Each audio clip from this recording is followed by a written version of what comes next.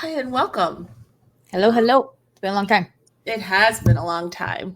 Oh, yeah. Holidays. Please forgive us for holidays. Yeah. Well, we're going to make up for it because I don't know how long this is going to take. I guess you probably got to get to the kids, so we can't go forever, but. So they're trying to knock through the door. I'll be like. Wait, so like we're not another BL podcast. I don't know what I'm doing. Fuck.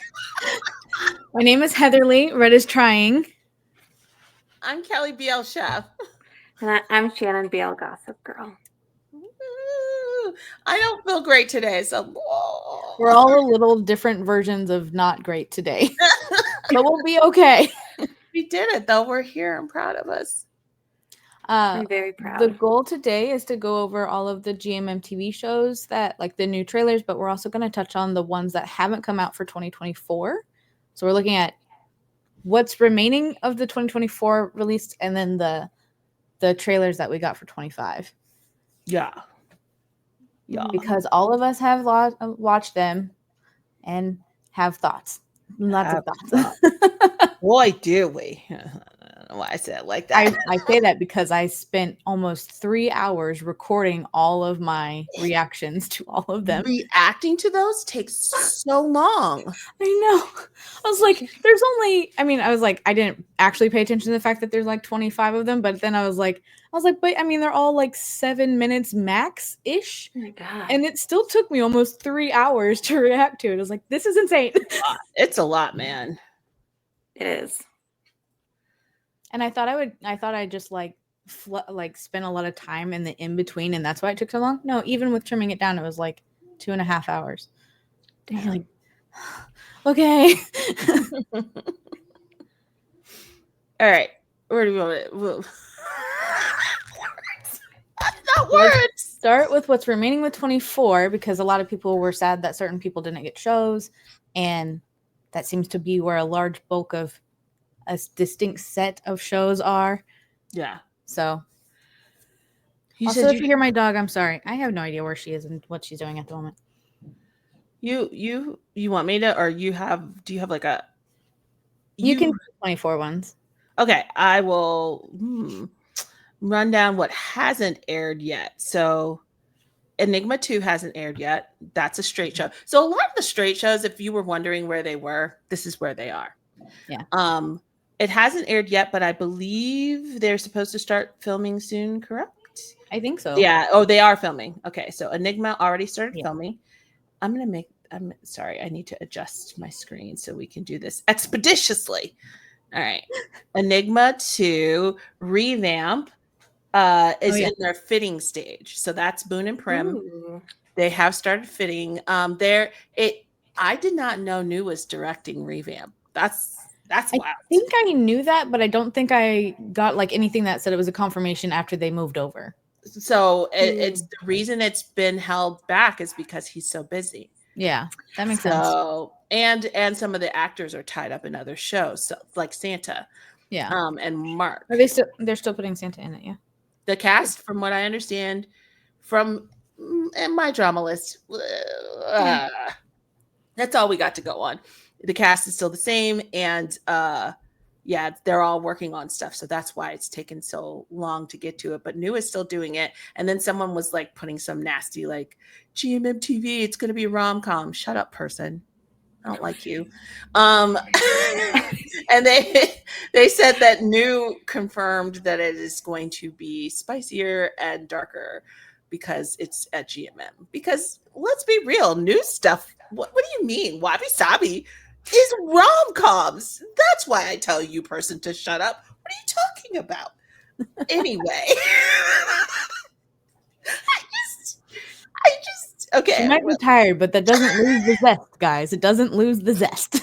Come on, guys. Let's think about these things. Okay, Breakup Service. That's with Off. That is a straight show, but if they stick with the book, he's bi in it. Oh. And that's with Joran, who is from. I think it's going to be a lot bigger than I think people realize because she is from For Eve. Mm-hmm. So that's going to have a lot of eyes on it. That's probably got a lot of money in it. And I think it's going to be bigger than Looking people forward to realize. the brand deals that come out of that. Yeah, it's going to be intense. That one's going to be intense. She's currently on Coach with Nanon. So. Oh, wow. Yeah.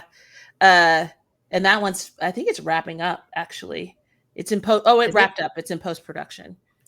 Pluto we're finishing that. My Golden Blood is in post-production. We're going to move faster. Sweet Tooth, Good Dentist. That's Mark and I almost said Ohm. Mark and Ohm. That is still filming. They're in Q something, whatever. Still filming. Sorry. The Dark Dice. They haven't even started that yet. I think that's next Gemini's year. horror show, isn't it? Yeah.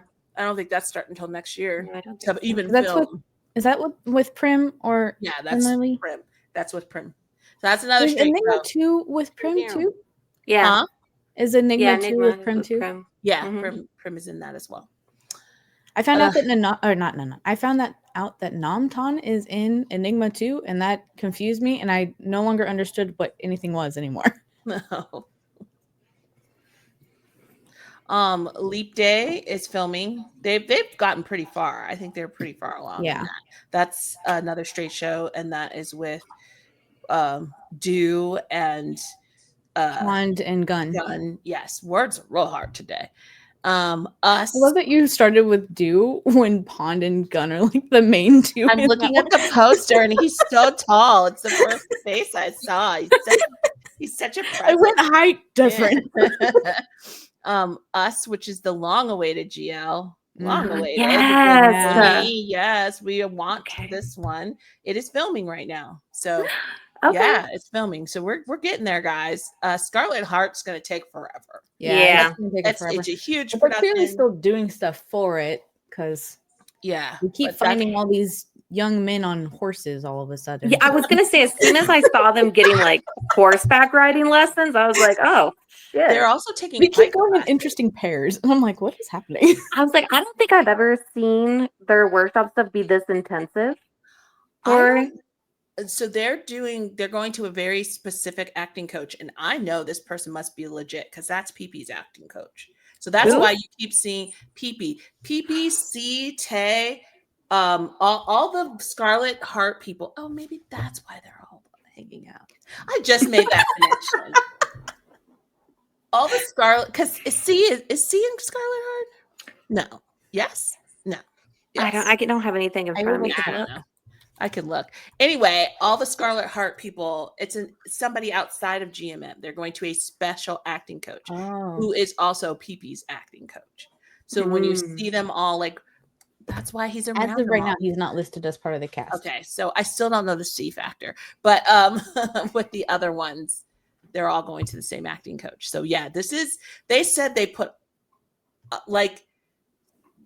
Scarlet Heart could, like, to me, destroy, like, end a company if it doesn't go well. Yep. That's the amount of money they put into it. Yep. They've never done anything at this level. So we may never get a straight show again if this doesn't.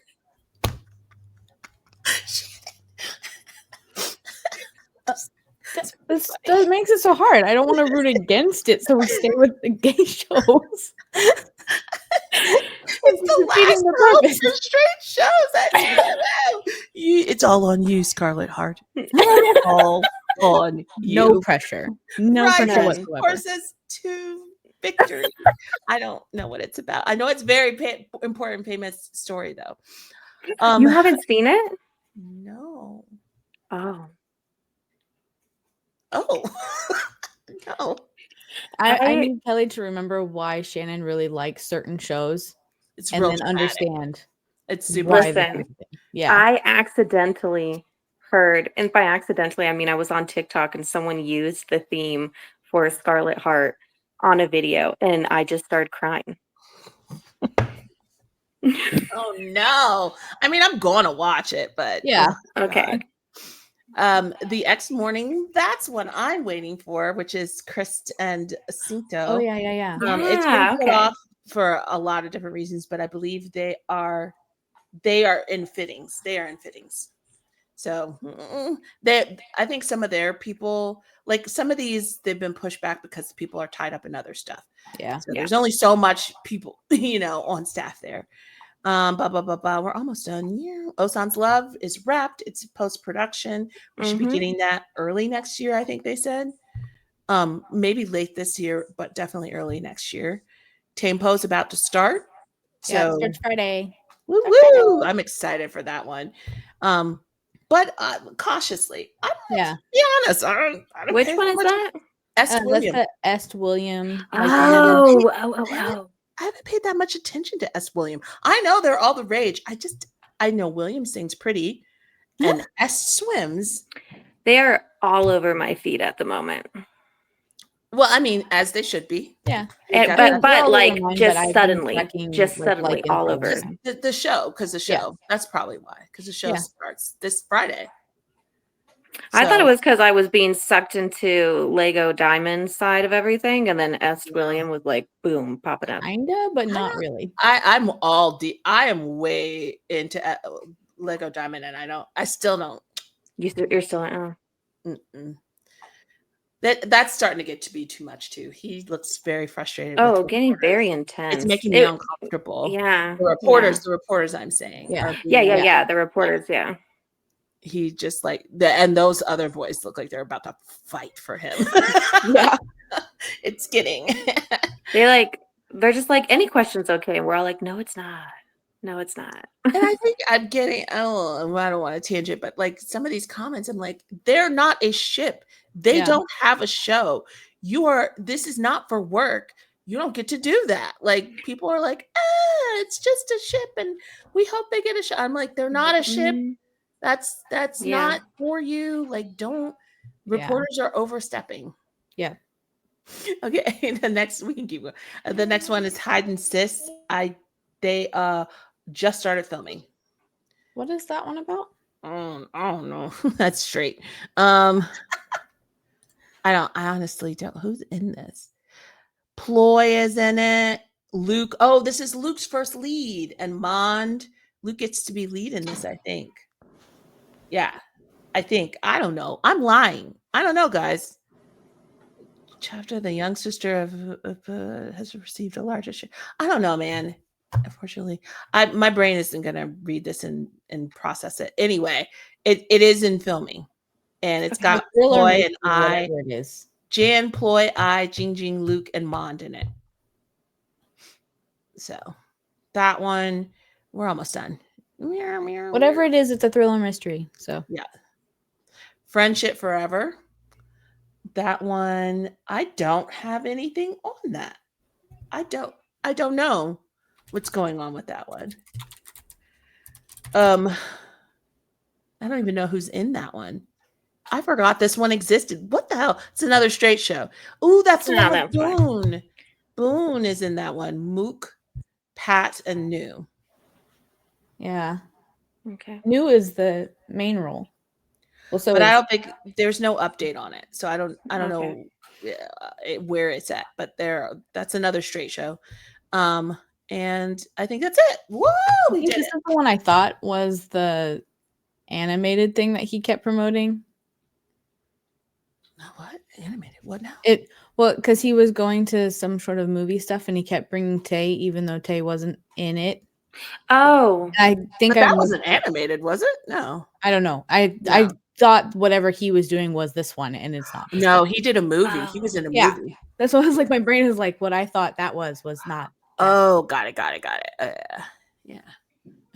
Yeah, that was that movie. That poor lead girl. That one time when she was standing next to him on the stage, and Tay came out and he was like, I almost felt like his energy was like, get out of here. And he like pulled Tay in to take pictures, and I'm like, Newey, you cannot do that to your co-star. He was like, no one can be like, clearly there's something going on. I'm like, clearly there's not. He's like, no one can make a rumor about us if we're 10 feet apart.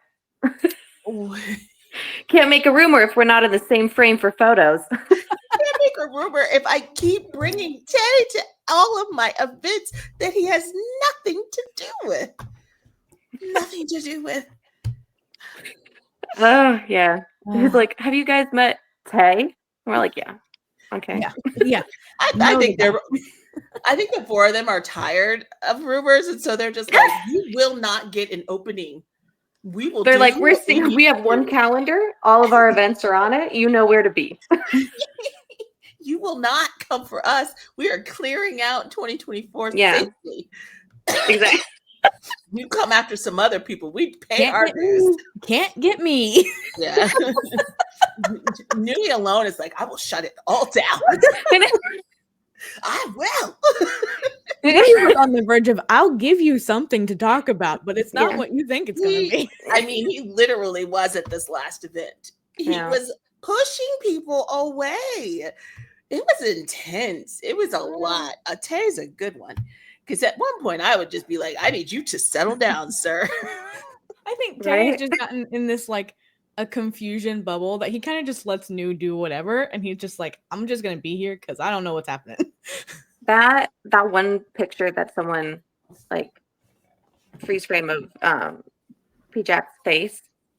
Yeah. Like yelling at him. Oh my God, it was so fucking funny. When I saw the whole clip at first, because I was like, why does he look like that? And then it's Tay running, jumping on you, and then they're just doing all this stuff. And I was like, those men are the same age as me. He lifts Tay into the air, spins him around, puts him down. Then Bookie is like, oh, fun things are happening. And innocently is like, he has the tiniest run over to them, like, oh, I'm going to play. And then you just see Nu go, no! Shut him. And Bookie's like, oh, I don't understand.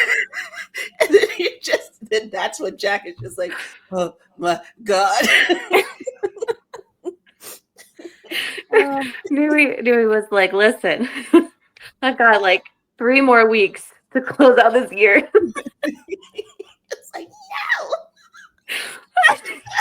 no. Absolutely ridiculous.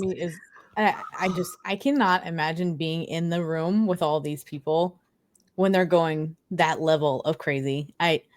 As amused as I am with all the clips, I think I would be overwhelmed with the amount of crazy photos in that room. That was Prim. Yeah. I would be using my mom voice. I would be like, sit down. Everyone keep your hands to yourself for the love of God. Shannon's just gonna mom Let me just have a moment. Did you see someone like broke down a moment where Prim did have enough and he like tiny pulls on Boone's jacket and you see them kind of talk and then Boone's like ushers him to the seats. He's like, come over here. We're gonna just sit away from the people now because you can just see Prim going, I came here for you. This is a lot. And Earth is next to him. He got adopted by the 2 of the pillars who are insane at the moment. I think they see themselves as like, we got to bring him out of his shell. We're going to be his bestie. And they're like, keep hug attacking him and like jumping on him. And Prim's face is like, oh, I don't know what's happening. Why are my idols jumping on me? He looks like he wants to Irish goodbye. It has to be trippy too, though, because he's made very clear they're both idols of his. Like he has only known them through the screen, and he wants to like aspire to act like them. And so to have them both on stage going, and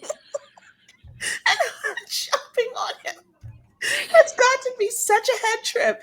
It's got to be so wild. Oh, poor child. I know, poor guy. And then he's like, I've got to set boundaries with my idols. Please don't touch me. You're great. You're a great actor. I just, no. I do love it though when I see him kind of like be really happy when they're all like surrounding him. But then I was like, there's a difference between being happy that, you know, you guys are all excited to be with him, and then you glomping on him on stage when he has no escape. I'm like, those are 2 different things. They ran from like opposite ends. I felt the pressure. It was a Prim sandwich. Yeah. Yeah. And then you see Boone going, settle. Nope. I need you to settle down now. so many clips that I see has like music or something over it, so you can't hear what they're saying. But the amount of times I see the clip of them on stage, and all I see is Boone going, Pam, Pam, Pam. I'm like the panicked Pam. I was like, ah. He knows, and he's also like, he came here for me. These are the moments where I think the videos I enjoy the most is when the song does not fit what's happening on stage. Yeah. And you're just like, what? The amount of edits where people have tried to put sexy music over it to create a moment, and I'm just like, I saw that full video. You're weird. And then the comment section's like, oh, he's jealous, or oh, they're in love. And I'm like, no, he was doing one thing, and then he went around the corner, and then you clipped his face from 5 minutes ago and acted like you were reacting to it. It's not real. Oy. I am always impressed by how people do edits, because that is patience that I don't choose to use my patience for. However, sometimes I have really big questions. Yeah. And that always starts with why. I feel like edits are the next fanfic. Yeah. Honestly, because the stories they create. I saw someone on Twitter the other day, and they were having some conversation about something, and the person said, they literally said that you had to have patience with the TikTok users, because they don't know the full story. All they see are these videos and edits, and they don't understand. They believe them. They're like, so I know you're mad, but they honestly don't know. And I was like, what a kind of healthy way to approach that, because some of them don't. They don't think someone would spend that amount of time splicing together 50 angles to make a moment. Like, but my favorite are the lazy ones who don't try. They just put the sexy music over it and hope you'll go with the vibe. And so many times I'm like, that's not, wait, what's happening? Or like, it'll be sexy music and it's them walking across the stage. That's it. Yeah. No, actually, you know what's really getting to me? I'm like, how did we get here? Yeah. What's really getting to me is a lot of these actors, like when they post a TikTok or something, it's to like a music trend, do the absolute least that they can do for that trend or something. And I'm like, damn, everyone's eating this up. And I like the video. Like, it's no effort whatsoever is put in, and I'm like, man. You're doing great. You did it. They're like that. So when it's like, what was it? The Apate, like that song. And the dance is so easy. It's just like moving your hands. And someone was like, I was like, okay. Oh, that was loud. Sorry. I was just like, all right. So do we want to move on to 2025 now? Yes, let's do it. All right. I guess we could get the general things out of the way if we want to just go by everything. That they're doing more international fan meets next year, which we expected. They're doing a Japan exclusive Best of GMMTV music disc CD thing. I didn't know that. So yep.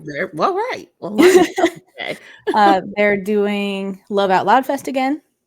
Yeah. They're doing a Blush Blossom Fan Fest, which is females getting their own LOL Fest thing.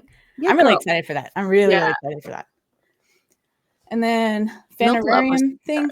That's that game, interactive game. What is it called? No, it's Fanararium. It's fine. It's not important. I will not look or understand any of it, and that's fine. I did see the trailer and stuff for it. It was really cute, but mostly because they used off-gun. I don't really understand. Okay. Like, I don't know how they're going to turn it into the game. I understand, but it's almost like kind of like a Sims game from what I can understand. So okay. And then Love of Siam musical. Yeah, I'm so curious who's in that. So am I. It's just because they only used the one song, so like you really have nothing to go off. I don't think they've cast it. I don't think they've cast it. I don't think they've written it. I think it's an idea. Is it gonna? Did they specifically say, or do we know if it's gonna be based off of the movie? Yeah, Is it? AF talked about it somewhere. Okay. I read it in a tweet. I figured somebody said something. Yeah. It's been a while. I think it was like his jam. Mm. He wanted. And then the Pillars are getting their own concert. Yes. All including Kristen Stinto this time. We're going to call it Pebaka, something like that. Instead of Bella Luca, they're going to do the Pebaka or whatever. Mm-hmm. And then it's the actual shows. You ready? You skipped over the one that scares Shannon the most. Oh, fuck. No, do you know how many people mentioned it today under my tweet? The talk show that's focused on. It's lower in my list. That's why. Sorry. Oh, it's in your show list. Yeah. Oh, okay. Okay, we'll get to it then. No, we can talk about Feed because that's very weird. A very different concept than the rest of them. So we can talk about Feed. It's a talk show where they're going to focus on social media. Mm-hmm. The things that come across their feed, which freaks me out. The only thing that has me feeling okay is that I think it's already filmed. Partially. Which means any of the shit I'm saying right now is probably not going to... For a long time. I don't think that should make us feel any better. Damn it. I was holding on to a shred of hope. I was like, what? Did you not say stuff before? What do you mean? Just now started saying crazy stuff. I don't think some of the things you say are television friendly. So you know what? That's what's going to keep me off. It's not television friendly, and I'm going to hold that. I'm going to keep doing that. That doesn't mean it's not brought up to the people. That just means it won't be on the TV screen. That's all. You don't need a TV screen for you to be up there. I wonder if they also had to get permission. Probably. Oh, yeah. No one's asked permission. I'm fine. Yeah. I would think they would need to. Again, I say, just because it doesn't make it on the screen doesn't mean you didn't go into some sort of voting of some kind. Yeah, they may have looked at you, but you didn't get to the show. Listen, we have no proof. Therefore, it did not happen. We don't need proof. It may or may not have happened. Keep going. I don't think it'll be too big of an issue because I'm hoping. I mean, I don't really have a preference one way or another, but like I have a feeling they'll probably mention international thoughts and stuff like that. But I feel like it would focus mostly on Thai. That's my. I mean, they're gonna in some ways because they want to show how far of a reach they have. But I think the main will be Thai people. Yeah. I'm curious to see what kind of stuff they actually like put on there. Yeah. Yeah. I'm interested to see what the actual like things are. Are the hosts picking it? Yeah, they said it is what comes across their own feed. See, Foy, well, I'm sorry. What's on Foy's feed? That is he? I just don't believe. I don't think that Foy is tapped in to the BL fandom. Am I crazy to think his feed would be like full of BL stuff? Well, are they only doing BL or are they doing all of it? Just GMM. GMM, which is mainly BL. I don't know. But, I mean, it's not like he isn't part of, like, he's friends with all these people, so he probably gets these people across. Just because he's not in a lot of these shows, that's my main thing. He's like not actively participating in a lot of stuff. You don't see him in a lot of these things. He just feels like he's the announcer guy they bring in from time to time. So I just, in my mind, he's not as tapped in as somebody else would. I always see him as a side character every time I see him. Yeah. I mean, I guess he is tapped in a lot of ways behind the scenes, which is why he's still there. But okay, so I think it's weird, at least for our side with the BL current watches. I would say I feel like it kind of feels out of the loop, putting him as one of the main people. But at the same time, he's always around. So I'm assuming his feed is probably very similar to that of like maybe the staff and things like that. So what the staff and all the other people would see. Yeah. And then Mark is messy, so that's terrifying. Mark, honestly, I think he's going to be the one. He's like, look at this. He's going to want to burn some things up. He's going to find he's going to want it to be edgy. That's where his. I know, but he has to also combat the chaoticness of Tay. Tay is interactive. No, Tay has the best feed. Let's be real. Tay has the best feed for sure. He has the best feed, and he understands it. He gets the jokes. He knows everything that's going on. He is tapped in, and he knows everybody. he knows everybody. Those two are going to be messy to me. Honestly, Foy is going to balance that out. I know feelings around, but he will balance out. Yeah. The messy that is Mark and Kay. I think so. I'm assuming that their first guest is Boone and Prim. I don't know. I haven't seen anything about it. Well, I mean, that's the one that they filmed for the trailer thing. I didn't watch the trailer, so. Oh, well, that's the one that they filmed for the trailer. There you go. There was too many shows. I skipped that one. Oh yeah, no, they showed Boone and Prim in the seats, and Boone was specifically talking about how they had somebody that they were looking at, but he couldn't say the name of the person, and so he was just showing his phone to all of them, and they were all like freaking out. Oh, I did see a clip of that. Okay, wait. That is another person who was also tapped into a lot of people. I was going to say, hold on. Are they going to be looking at the feeds of all of their guests too? Yeah. Oh, it's going to be super messy. I was like, it's more than just them. It's whoever they also invite. Cannot wait for the day that June goes on. Because no one will be that's prepared. Going to be a ride. Yeah. I'm so scared. I do think they probably had to get permission to put you on the screen, but yes, there's a good chance you were on someone's phone at some point. And also, if you're saying, not Shannon specifically, if you're saying things that a lot of internationals will say, what they'll probably end up saying is, what I'm seeing on the international side is blah, blah, blah, blah, blah. Yeah, but I don't think they're, I think they're going to have to, they would have to. I think they have to get some permission somewhere or something. To put you on there, yeah. But that's funny that they're like, I didn't think about the fact that they're scrolling on their phone in the moment. Okay. I think it's an interesting premise. I want to see what it's like before I make any. Because, some GMM has a way of just like Livehouse was, just kind of running in with an idea, not fleshing it out and not organizing it. I'm hoping they're supposed to have turned over a new leaf of being more professional. So I'm hoping that's what we'll see with this, and then it was actually produced well. We have high hopes. Yeah. We like high hopes. Lifehouse is super fun now, but it was rough in the beginning, and it did such a disservice to the actors that came on and the host. I feel really bad for those early hosts. Yeah, who had no warning, no training, and they still do. They were like, I found out hours before that I was going to be here, and it's and I've never hosted anything ever. Yep. Even though it was slightly traumatizing for Bookie, I kind of love that one because it shows how adored he is by the amount of people, staff that showed up to support him so that he would have a cheering section was just so wholesome and sweet. I was just like, okay. He was so scared, and notice he has not done that since. He was probably had a panic attack afterwards. It was like, you will never. I can't imagine. I wouldn't be able to do it. No. Force was super funny though. I liked Force. I want him to do more. We gotta hit these shows.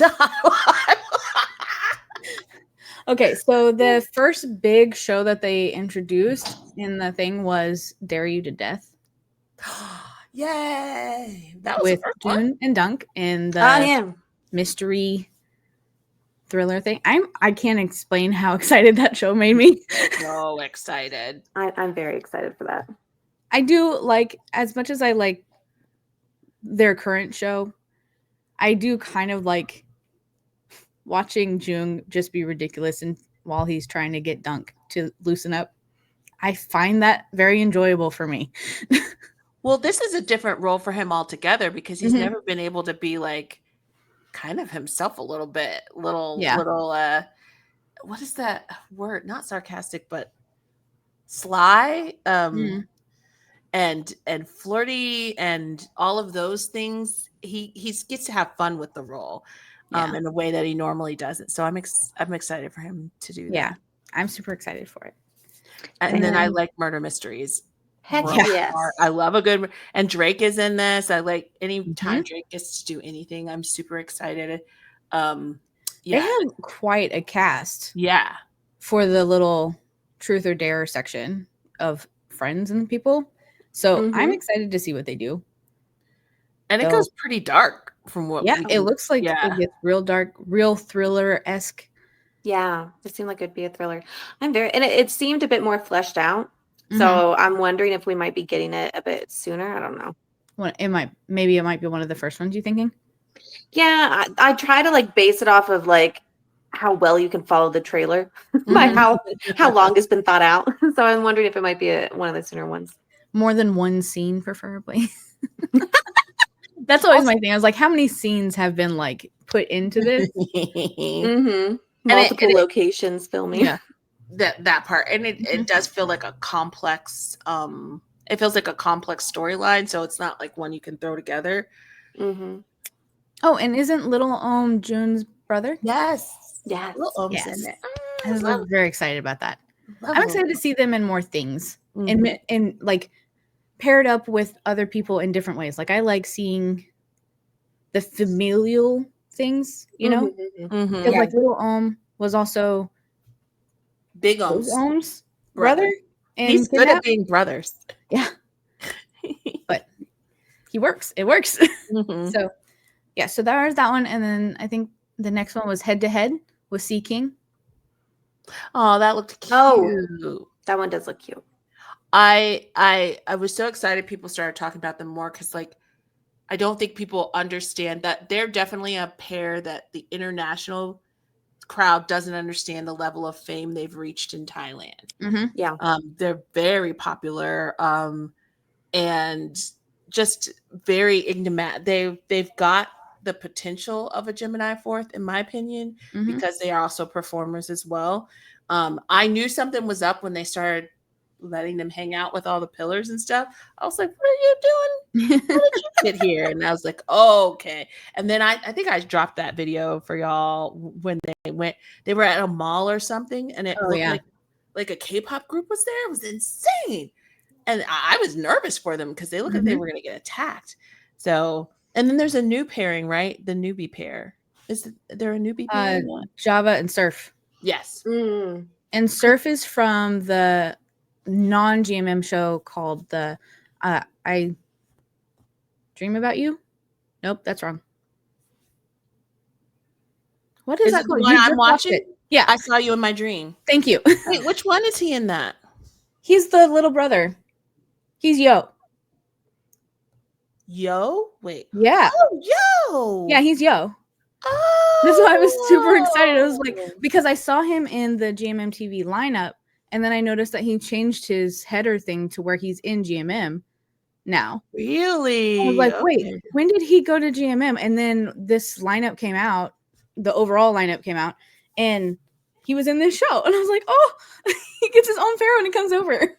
Oh, I didn't watch Summer Night, so I don't have a concept of Java, but he's quite good. So yeah, this will be good. Yeah, I'm really excited. Cast.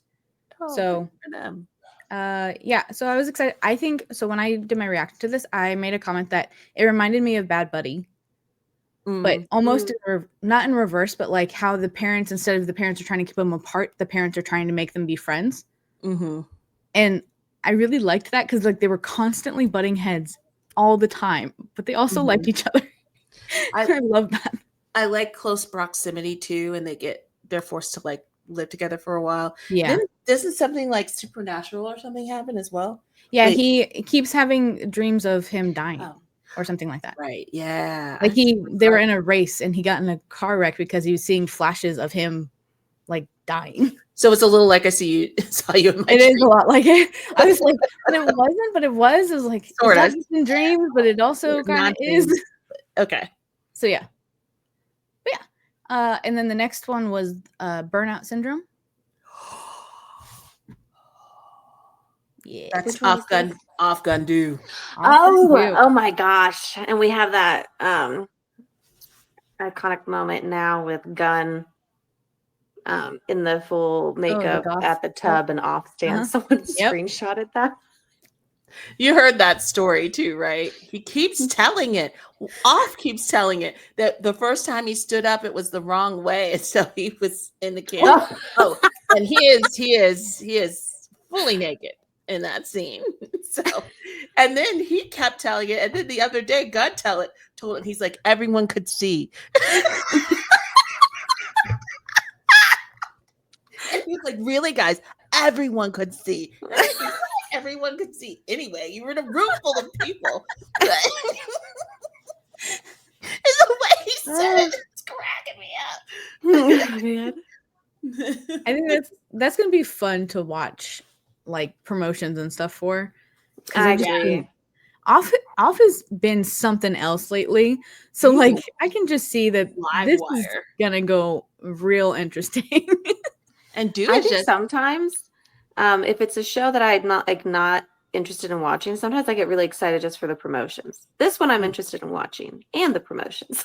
Because we also get our Not Me director, but I hope people aren't looking for Not Me, because that's not what this is. No. Oh no. I need people to like leave Not Me in the past. Like, stop. I'm trying to recreate. Not everything is Not Me. I was super excited that they were the director and writer, because the directing and writing of Not Me was so fantastic. I can only imagine how this one would be. That's why, not because I think they're going to be the same. No. I also wanted to point out that in this show, Emmy is in it, and I'm super excited for Emmy to be in it. She's everywhere, man. Go on, Emmy. And I think she's like Gunn's best friend or like coworker or something like that. I don't really understand some of the relationships between the people that we were shown. I think Do and Off are brothers. Are they brothers? A little confused work together. How all that dynamic works. I don't know. I was like, how do you guys know each other? This is not fair. I need more information. I'm not confident in who's like, because like normally it's like, oh, you know, Off and Gunn are going to be the, but after watching the show, it's like, I don't actually know who's going to be the end pairing at this, because the show was giving me odd vibes. Yeah, it's definitely a true. It's. I think Do is going to be the right person for him, but he's going to want to be with the. He's going to want to fix Off. He wants the bad boy that he can fix instead of going with the good guy that will do him right. I think it's going to infuriate me. Go with exciting instead of safe. Yeah. I can change. It's an I can change him storyline. That's what I got. The vibe I got. I don't know. Yeah. The vibe I got. At least it'll be original, so we don't have to deal with book It'll still be fun. Different. It'll be different for what we've seen from them. So yes. Yeah, definitely. I'm very excited. It looks messy as hell. I'm very excited.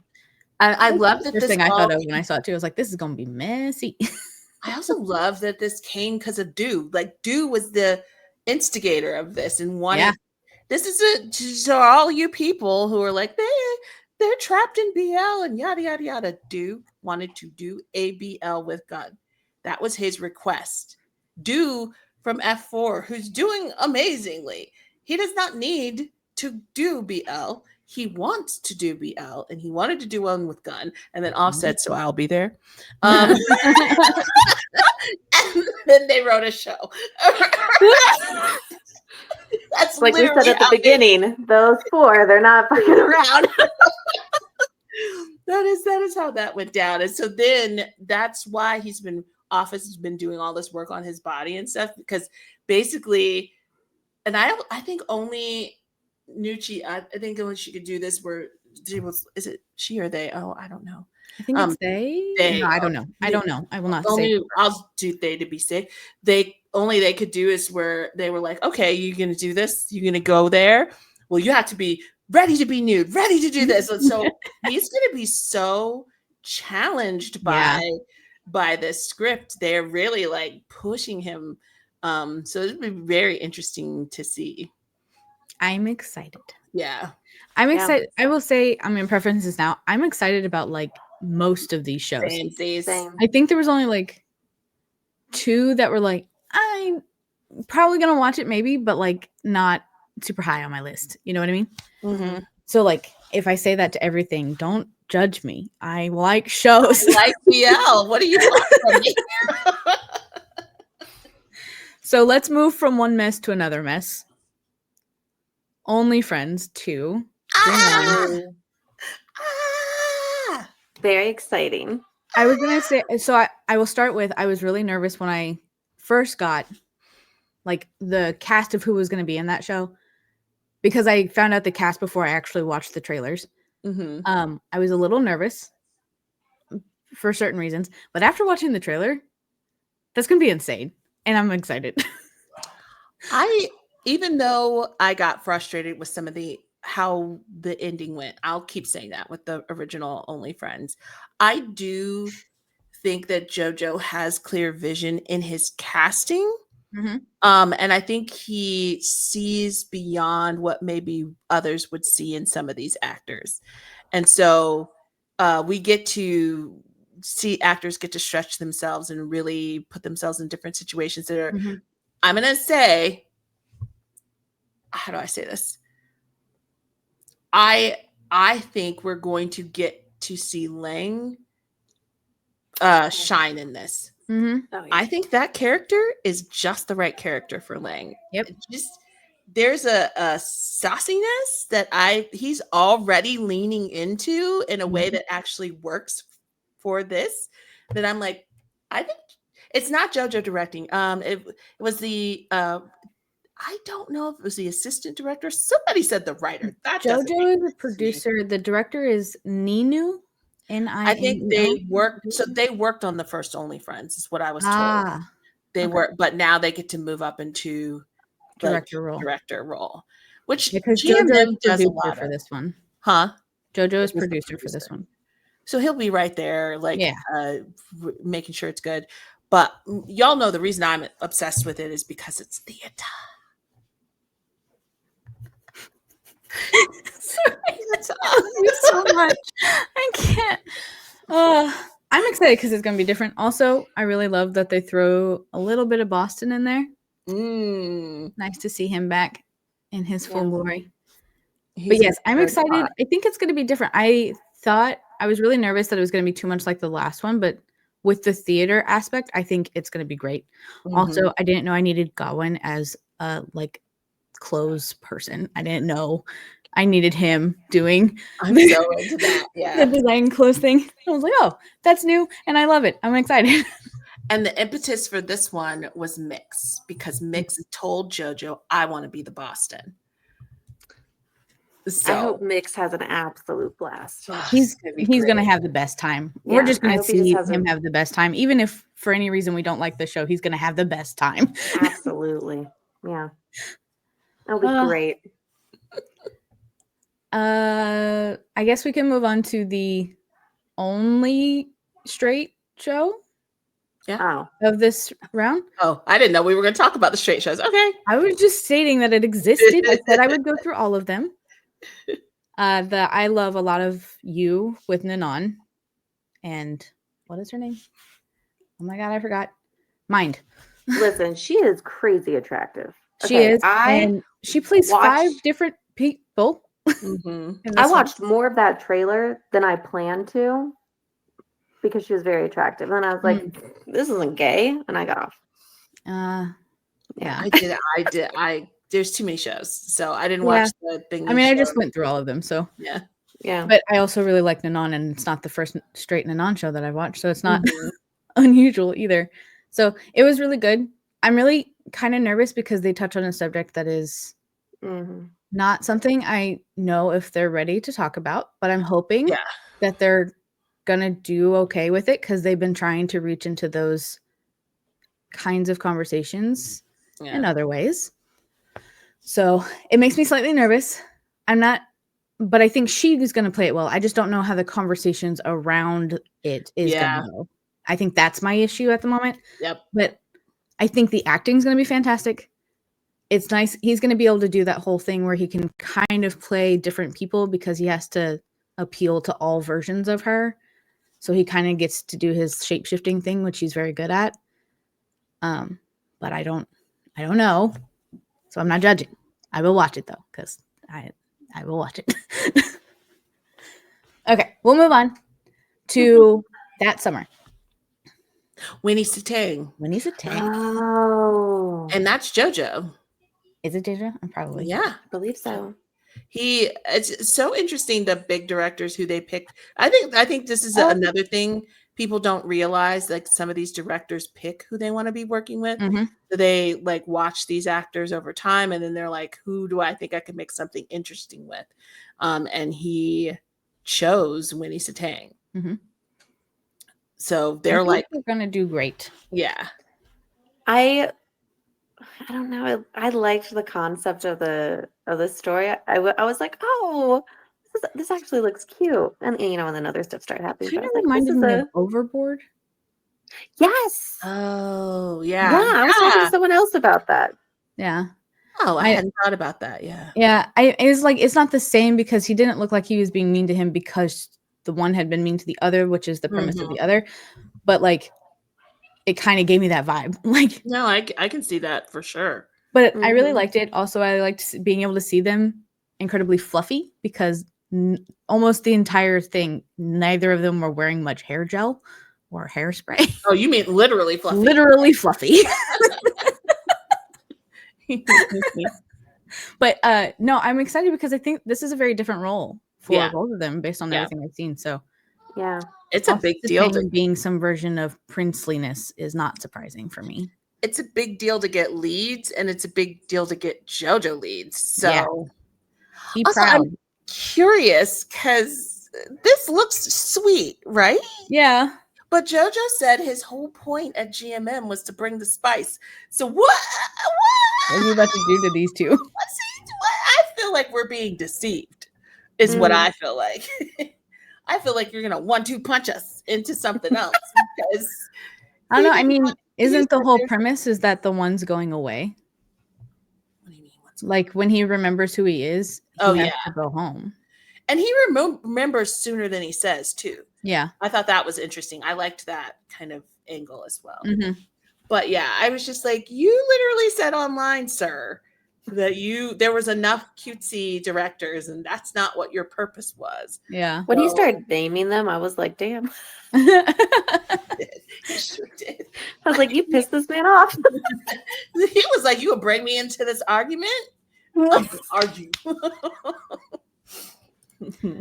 So next one in particular I don't know if it's for Shannon, but it's for Shannon in a way. Whale Store. XOXO. Oh, ladies. More ladies. Yes. This one reminded me of You've Got Mail.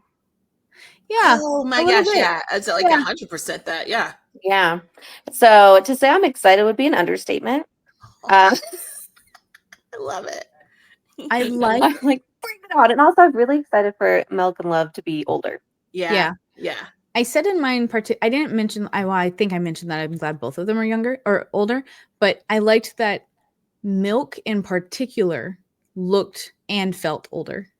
Yes. Like she was supposed to. Like she's supposed to be like 20 something, 29. But just the fact that she actively looked like an older person and acted like an older person, and Love's character acts younger but not in like a childish way. And I appreciated that. Because I need them in more of those things. I do think part of what helped build their BL lineup though were kid shows. I do think they need some like kid GL actresses. That's what I mean. I agree. They did a lot of like raising up of BL actors and not as much raising up girl actors. Because they're not bringing in. They're not bringing in the younger girls to fill those roles. I'm like, we're still trying to get more of that for the girls. And, and I've told you guys this so many times. I really do believe GL needs to be a success for these girls to get more roles, just in general. Yeah. I'm saying that's the next step in my mind. Yeah. Yeah. Is them to start really, because you have to build your base. All these people now that are like clamoring for BL grew up with it. That's how they have a stronghold. Yeah. And we need some, I know like the GL girlies, like they're very dark or very adult shows, but yet again, if you want to continue to grow your fan base, you need to get some representation for the kiddos. Yeah. I also, I'm hoping though with these powerhouse women that are currently doing GLs very good and very strongly, it will encourage them to bring more of the younger fan base situations up now that they have a solid, like, okay, people will watch it. Yeah. Next one was My Romance Scammer with That looks funny to me. Omen Fluke. I need them to not do that to me. That's so funny. It's so shady. It makes me wonder if they tried to get the other Fluke. I've already said it's Fluke in my head. I don't care what Fluke, just put a Fluke there. Yeah. That really drove me insane, though. When I finally got to that point, I'm like, why couldn't you chose another human with a different name? You know what confused me at first was before I got to that trailer, because I was getting to them a bit later than everyone else. Everyone was like, oh, Elm and Fluke are paired. And I was like, well, I know it's not Fluke. And but then I was like, which fucking Fluke is it? The fact that I was like, wait, I wanted Fluke with Thor. And then I was like, oh, wait, it's not that Fluke. Nope. Man, it was confusing. Yeah, there's a lot of Flukes. But him and then Mark Junior Mark. Oh, I get those confused. I don't know. I'm Mark Junior Mark. I don't know which one it is. Yeah, I think it's officially it's supposedly Junior Mark, whatever. Oh, is it? My bad. But just because of Cherry Magic, that's what it was. Yeah. But I don't care which way we say it. I think the storyline is funny. Yes, it'd be really funny. I saw some people being salty and whining and being like, "Oh, they couldn't wait to make fun of marriage," and I was just like, "We've got to calm down, people." The fact that they can make the joke with marriage is important. Yeah. There has to be a point where everything that we start to come to a place where we can all just kind of share in some of the media. And there's a what's the name of the one from like 2000s or 90s? There was a very similar Hollywood show, the movie that has a similar storyline. I don't remember the name of it. Was it Sigourney Weaver? I'm just making up stuff. And Jennifer Love. I'm just saying names, y'all. Don't leave me to line. Let me stop. Because I'm just saying words and names. Anyways, it looks really, really funny, and I'm excited to see Ohm in a comedy. Yeah, we need to see Ohm in a comedy. I should suggest or mention, Shannon, an intentional comedy. Not you bringing it back, Jesus. Listen, all I'll say is that I knew he would be great in a comedy earlier. But you knew before everyone else. That's the most before everyone else, because I was like, this man has great comedic timing. And then you guys were like, it's not a comedy. And I was like, oh. I will say though, so I've watched like Bake Me Please and stuff like that. So like I really liked him in those things. But I agree, they're all variations of the same person. Yep. And this one, even in the trailer, his eyes looked wider. He looked more friendly, like he looked more jovial in ways. And so I'm really excited to see him in what could almost be like a completely different role, basically. I've also seen misinformation about him where they were like, he forsake BL and went to the straight world. He's only doing licorns. And I was like, what are you guys talking about? Nope. I swear, people just make up their own reality about these actors to like fit this narrative. Like, no, he was doing BL. He kept going. Yep. And look at him now. And just because he's in straight shows as well, he's got to get paid, people. Like, he's working. That's the important part. Building his craft. He made this choice, and he gets to do a thing other people don't think about is you get to do both at GMM. Yep. You can have that range if you well, I don't know, you used to. They're kind of slacking on the straight shows now, but there was a time. Yeah. We're going to be like 2 years from now, we're going to be like, remember when GMM used to make straight shows? Back in the day? Way back in the day. People are going to have to stop with the whole adage. It's a jump off to get into straight shows. No. Large named actors are coming to BL. It's not the other way around. If it happened where BL became the main content and we were getting like maybe a sprinkling of straight shows, I would never shut up about it. I'd be like, you see what fucking happened? That's right. Okay, next show. Very different show. Melody of Secrets, which is the fourth book. Oh, super crazy. Oh my God, I'm so excited for this one. I'm so excited. I will say this one seems the least fleshed out. One of the least fleshed out. Agreed. But I'm okay with that. Not because I'm assuming it's going to take more time, but in general, I think it's really interesting. I'm excited for it. Like, it feels like Midnight Museum. Yeah. Got, went actual BL versus the fake BL. What's it called? Melody of Secrets? I want to know. Secrets. Yeah. Melody of Secrets. It felt like a supernatural thriller to me. Well, I mean, it is. I like that we don't know certain what is the director? I'm also curious. Forrest does creepy really well. Or Arisa, huh? Forrest, he does creepy really well. I was like, Well, because didn't they do Uncanny Valley? He was doing Uncanny Valley really well. Yes. Yeah. So also, I was thinking about it because when I was looking at more of the film side of things, they were saying how in the film world, Thailand is known for horror. And so that's really the sweet spot. So some of these shows that we're getting are more on the horror side are really taking BL into the well-known genre for Thailand. I didn't know that. I mean, I think I knew they had a lot of them, but I guess I just didn't realize that they had such a strong hold in it. They were saying that's why Bilkin's movie was surprising. Oh. As a breakout movie for Thailand, because it usually Thailand is going to get attention for a horror show. Huh. Well, I'm happy with that. I love watching horror shows, movies. I like that it was horror, but it didn't feel like it was solely horror, which I know people love solely horror, and that's fine. I just like that it had more of that mystery thriller vibe with the horror, because it kind of scratched multiple itches there, I guess. So this can go a couple of ways. I was looking to see. So the thing they're doing now, this is also a testament to the fact that BL is getting more attention.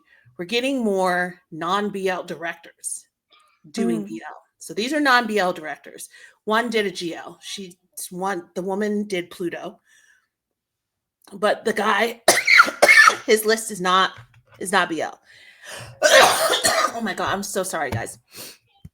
The reason I mentioned that is that's what happened with the trainee. And it did not go well. Right. Oh. Not that I'm saying this won't go well. It's just interesting. No, it's just, it's something to consider.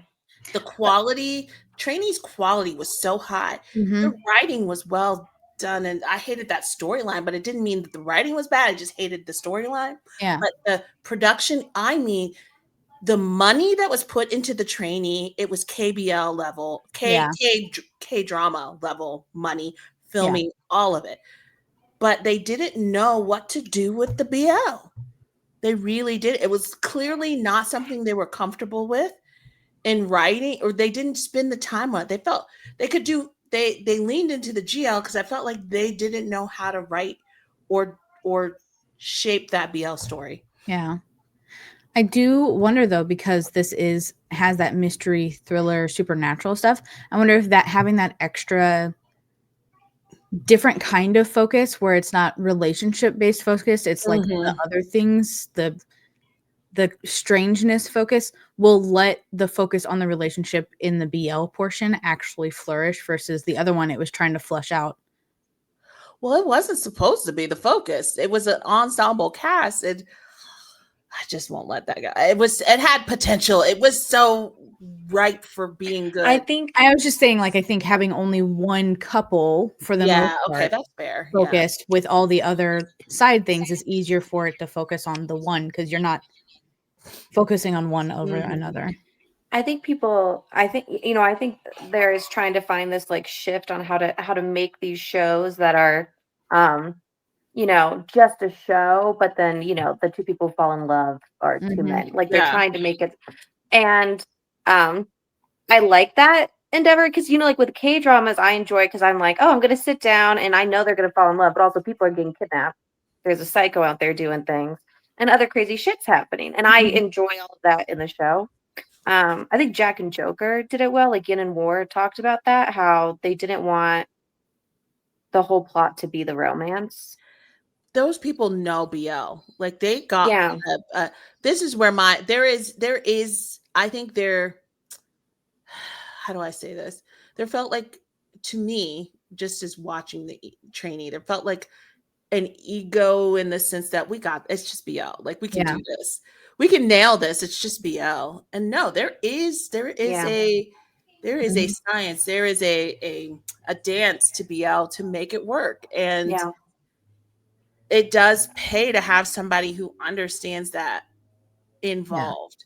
And so and I don't want to derail this too much, but I also think with that particular show, The Trainee, they also relied heavily on how easily Off and Gunn make that part a relationship seem. Yep. Because they did. Like, I think everybody who caught that relationship, it was because of Off and Gunn, not because of the storyline. Yep. I think Off and Gunn sold that relationship more than the actual storyline did. You're 100% correct. Okay. And so I just it was like, okay, we're gonna see better produced. All the stuff people were asking for, we're about to see that in this lineup, because they're putting different producers in, they're putting directors in who've directed really big shows, with high production value. You're gonna get all of that, but can they capture the essence of BL in that? That's gonna be where I'm curious to see. I think I said when Trainee came out, I was like, they're testing something. Mm-hmm. They're testing exactly what you said, Shannon. I was like, they're trying to figure out how to do this and not make it BL. But I hope they learned from it. Which I still think there's a way to do that. They just didn't do it well with that one. Yeah. I always think it's interesting it's interesting to me that YinWar pulled this off, and we're watching bigger companies try to pull it off. And they just went in and did it. And that always makes me time and money and care. Yeah. I also think that in general, even big companies, even if they have more money and they want to try something new, they still go into it with a formulaic mind. Commercial. I mean, they have a formula, like YinWar had a formula technically, because they've seen it in the industry, but they didn't have the template in their hands. They had to remake the template. Well, they were willing to make decisions they didn't know if they would pay off, and they were willing to eat that cost. You're not going to get that at a big company that's churning out 30 shows. Yeah. I just know, like, that final episode, I was watching with Jack and Joker, and I was like, yeah, it's okay. And then everything happened. I was like, holy shit. I was like, this is an incredible final episode. Just the way everything, and that was the moment where I was like, fuck. Like, I was like, if they just had enough money, they would be unstoppable. They would be. I would love for them to produce shows for other people, not just themselves. Are you kidding me? Like, they're so talented that they could do it all. They could be doing it all. I wish they had enough money. And imagine them being like a D-Hub house. I would love it. And they attract the right people. They attract the right people. So that means they're good to work with. And they've proven that show's was number one on Aishi. Yeah. And they took so many risks, the longer episodes, like all this stuff, and everything paid off. Everything. I'm watching the Straight Boys react to it, and two of them have reacted to multiple shows so far, and they brought their brother on, who's a film major, and he was like, I don't understand why this isn't on Netflix and everywhere. He was like, I've seen a lot of stuff. I work on a lot of shows. He's like, I've worked on shows. He said, this is unique. He said their approach, their style, the way they did storytelling, and we're only on episode 4, 5, and he's like, I honest to God don't know where this story's going. And he said, how often have you watched anything where you didn't know? And he's like, how often have you watched anything and you like every character, even though they're not good? Like, he's already figured that out. He's like, but I just like them. And he's like, he just was going on and on. The music there, I want to like send Dome to them, because they literally sit there and rock out to the theme song each week. They're like, it goes so hard. It's really very straight boys, and they're just and this week there was a little bit of love going down, and they were like, yes, finally, I feel attention. it was like, take your shirt off. He wants you to take your shirt off. But it didn't feel like rude, or you know what I mean? They were like rooting for them already as a couple. I want to be like, look, you got the straight boys. They really like you. I love that though. I love not just the straight boy thing, but like that the film person could identify how much work had been into it. He said this is probably he said he's not making, he's not just saying it. He sees a lot of stuff, and this is one of his favorite shows of 2024. Nice. What I enjoyed about it was that like like at the beginning you were like, oh, it's just like this cutesy little thing, but everything they gave you at the beginning was to draw you in to the complexity of everything else that was going on, that by the end you were just sitting there like, I don't want to like ruin it for people who haven't seen, but you were like, holy, like it was just mind blowing. And I was furious and everything, and just, he was pointing out the building blocks of the storytelling and how complex it is already by episode 4, and how he's like, nothing is wasted. Everything has meaning. He said that to be able to create something like that is not easy. And the thought behind it, their episode, they were really upset that Yin sold his car when they were told that in the beginning. And they were like, no, don't do that. Like, they are car people. And then I don't know, for 4 or 5, they started the episode and they're like, it was worth the car. For us to get this level of entertainment, yes, sell the car and sell more cars so we can have more. They were like, they are down. If they ever do another show, they're down to watch it. So it's really cool. We're off topic, but it was really, but that's okay. Jack and Joker, is always time to give Jack and Joker love, because we love it so always much. Time to give YinWar love. I'm always up for a YinWar love. They're so freaking talented. They're so talented. They're so smart, but chill. Yeah. It's like they know it. They're serious without being serious, which I appreciate. Yeah. And they understand everything about all of it, down to like the fan dynamics, to them as the ship, to all the other interactions, everything. And it's just like, and the fact that they understand what people want so well, that they're like, well, we knew what fans wanted, so we gave it to them. Yeah. Every single time it's what they say. And I'm like, like when they dropped, what was it? So the one trailer for the one fan meet that led to Jack and Joker, and we were like, holy shit. And everyone was like, we need this as a show. Yeah. And they dropped it, and then they dropped this other one, and it's them as like a family and stuff. They were like, yeah, we knew fans wanted it. I'm like, we fucking did. Oh my god. I swear I think this is their way of like building. They did it for the last one. I think that's going to be a show. Can you imagine if that's a show? It'll be like nothing we've seen. Yeah. And Ty for it. I want it now. Oh my gosh. Okay. I will talk about them all day. I will say I do love their approach to fandom, because they play good cop, bad cop. Yeah. Where Yenna's like, I will shut it all down. Yep. Don't you do that. And I was just thinking about that. They just want love. They just want us to love. And I support whatever love they want. Yep. I support you guys.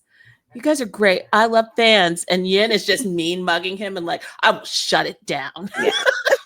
Because she was just talking about how Shannon was just talking about how they give the fans everything you want. I was like, well, maybe not so much. Dana's like, they just recently fans said, would you please just let us have like our fun spot? Yep. It was there was a tweet today or yesterday where I don't know what the person had said. I just saw their response. And it was, Yin, you're on vacation. Leave us alone. Yeah.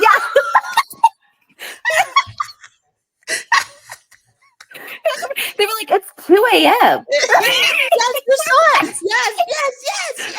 It's 2 a.m. He's out there arguing with people. I was dying. I was like, dude, he's just scrolling. My favorite thing though is like, War is simultaneously encouraging Yin and loving the fans, like being, I'll give anything to the fans, but also like loving everything that Yin's doing. I was like, you can't be in the middle of the road, sir. That's not He's fair. playing both sides. Okay. Next we'll next show. Yes, it's hard, but we have to. Love you, teacher. The Santa This Perth is the song. one. Okay, this one looked like it was gonna I'm hurt. with Kelly on this one. It's gonna be rough, guys. No matter how cute Santa is when he's his 7-year-old self or not, this is gonna be a rough show. And I was telling you, I'm like, both these men can act, and from what we've seen, they are pulling off chemistry with each other. And I'm like, fuck. Okay. I've seen some weird takes on this that I saw. I'm not going to say the reactors, but I saw some reactors like really worried about the 7-year-old piece of it, and I'm just like, it is a real thing that happens. Why are you making it weird? You should not be making it weird. And I guess their concern is they don't think GMMTV knows how to handle this type of subject matter, which fair, but it is the Peaceful Properties director, and people. I have not watched Peaceful Properties, but people love that man. His name is Dome. Yep. And they love that. Like I have been, God, I get DMs constantly. Please watch Peaceful Properties. Please watch it. Like there is a deep love for that series. And so I think it's in the right hands from what I can tell. Yeah. And I think if nothing else, I think Santa and Perth, based on how they have acted in the past and how they can do both fun and serious shows, I think they will take this topic with a very serious matter, and they will treat it with the most respect that they can. I will also say, as much as people critique GMM, I hate it when I defend GMM. It's y'all's fault. Not making us defend companies, people. As much every time they have to deal with a subject matter like this, they talk about the extensive research and when it's blindness, when it's all these different things, they bring people in, they get consultation, they have people in the community, and they usually are sending some sort of message, and they're trying to either educate society about this thing, advocate for that minority group. They consistently have done that. So I don't think they're actually irresponsible around these topics. It's the opposite of that. Yeah, I agree. I think it's gonna, but I also think it's gonna be kind of fun. Mostly, I'm really excited to see Perth try to look like he despises children. There was one part in the trailer that when it hit, all of a sudden I was like, oh no, this might kill me. Yeah. And it was when he was saying, like, he was like, and every so often he's like, I wake up and he's back. And then I was like, fuck. And the way it happened in the trailer and he said it showed him, and I was just like, oh, no, this is gonna hurt. I was like, I feel like this is gonna really hurt. Because I feel like, it's gonna be I don't know. I don't know if I'm ready for it. I'm not ready for my emotions to be dragged through anything again. I mean, I'm as ready as I'll ever be. I will watch it. It's gonna hurt though. I can sense it's gonna hurt. 100%. Because like I was like, oh, it's like a 50 First Dates kind of thing, where each day he's gonna have to like, this is happening kind of thing. But then him saying like some days he wakes up and he's his normal self sitting there drinking coffee, and then other days he's throwing on. He's aware. That's the part. I was like, and that part I think is what I'm like, I was like, fuck. He's trapped in this. He's trapped in it. Cycle that gives me chills. That hurt. I was like, fuck. And listen, I have followed Santa from his beginnings, and I know that man's acting is going to destroy me, because he's a phenomenal actor, and I'm just like, shit. You see someone who's been given a role, you're just like, oh fuck, like, that's how it is. He's not gonna let an opportunity like this go without really. I think he's someone who seems to love the craft too. Both of them seem to just be like actors. Like they seem really to like enjoy what they do. It's gonna be good. I'm terrified and excited at the same time. Same. Okay, so the next one is a compilation show. It's MU-TE-LUV. Oh, there's one part of this I'm super excited for. The rest is confusing. I'm not gonna lie. There was a lot going on. What are you excited for?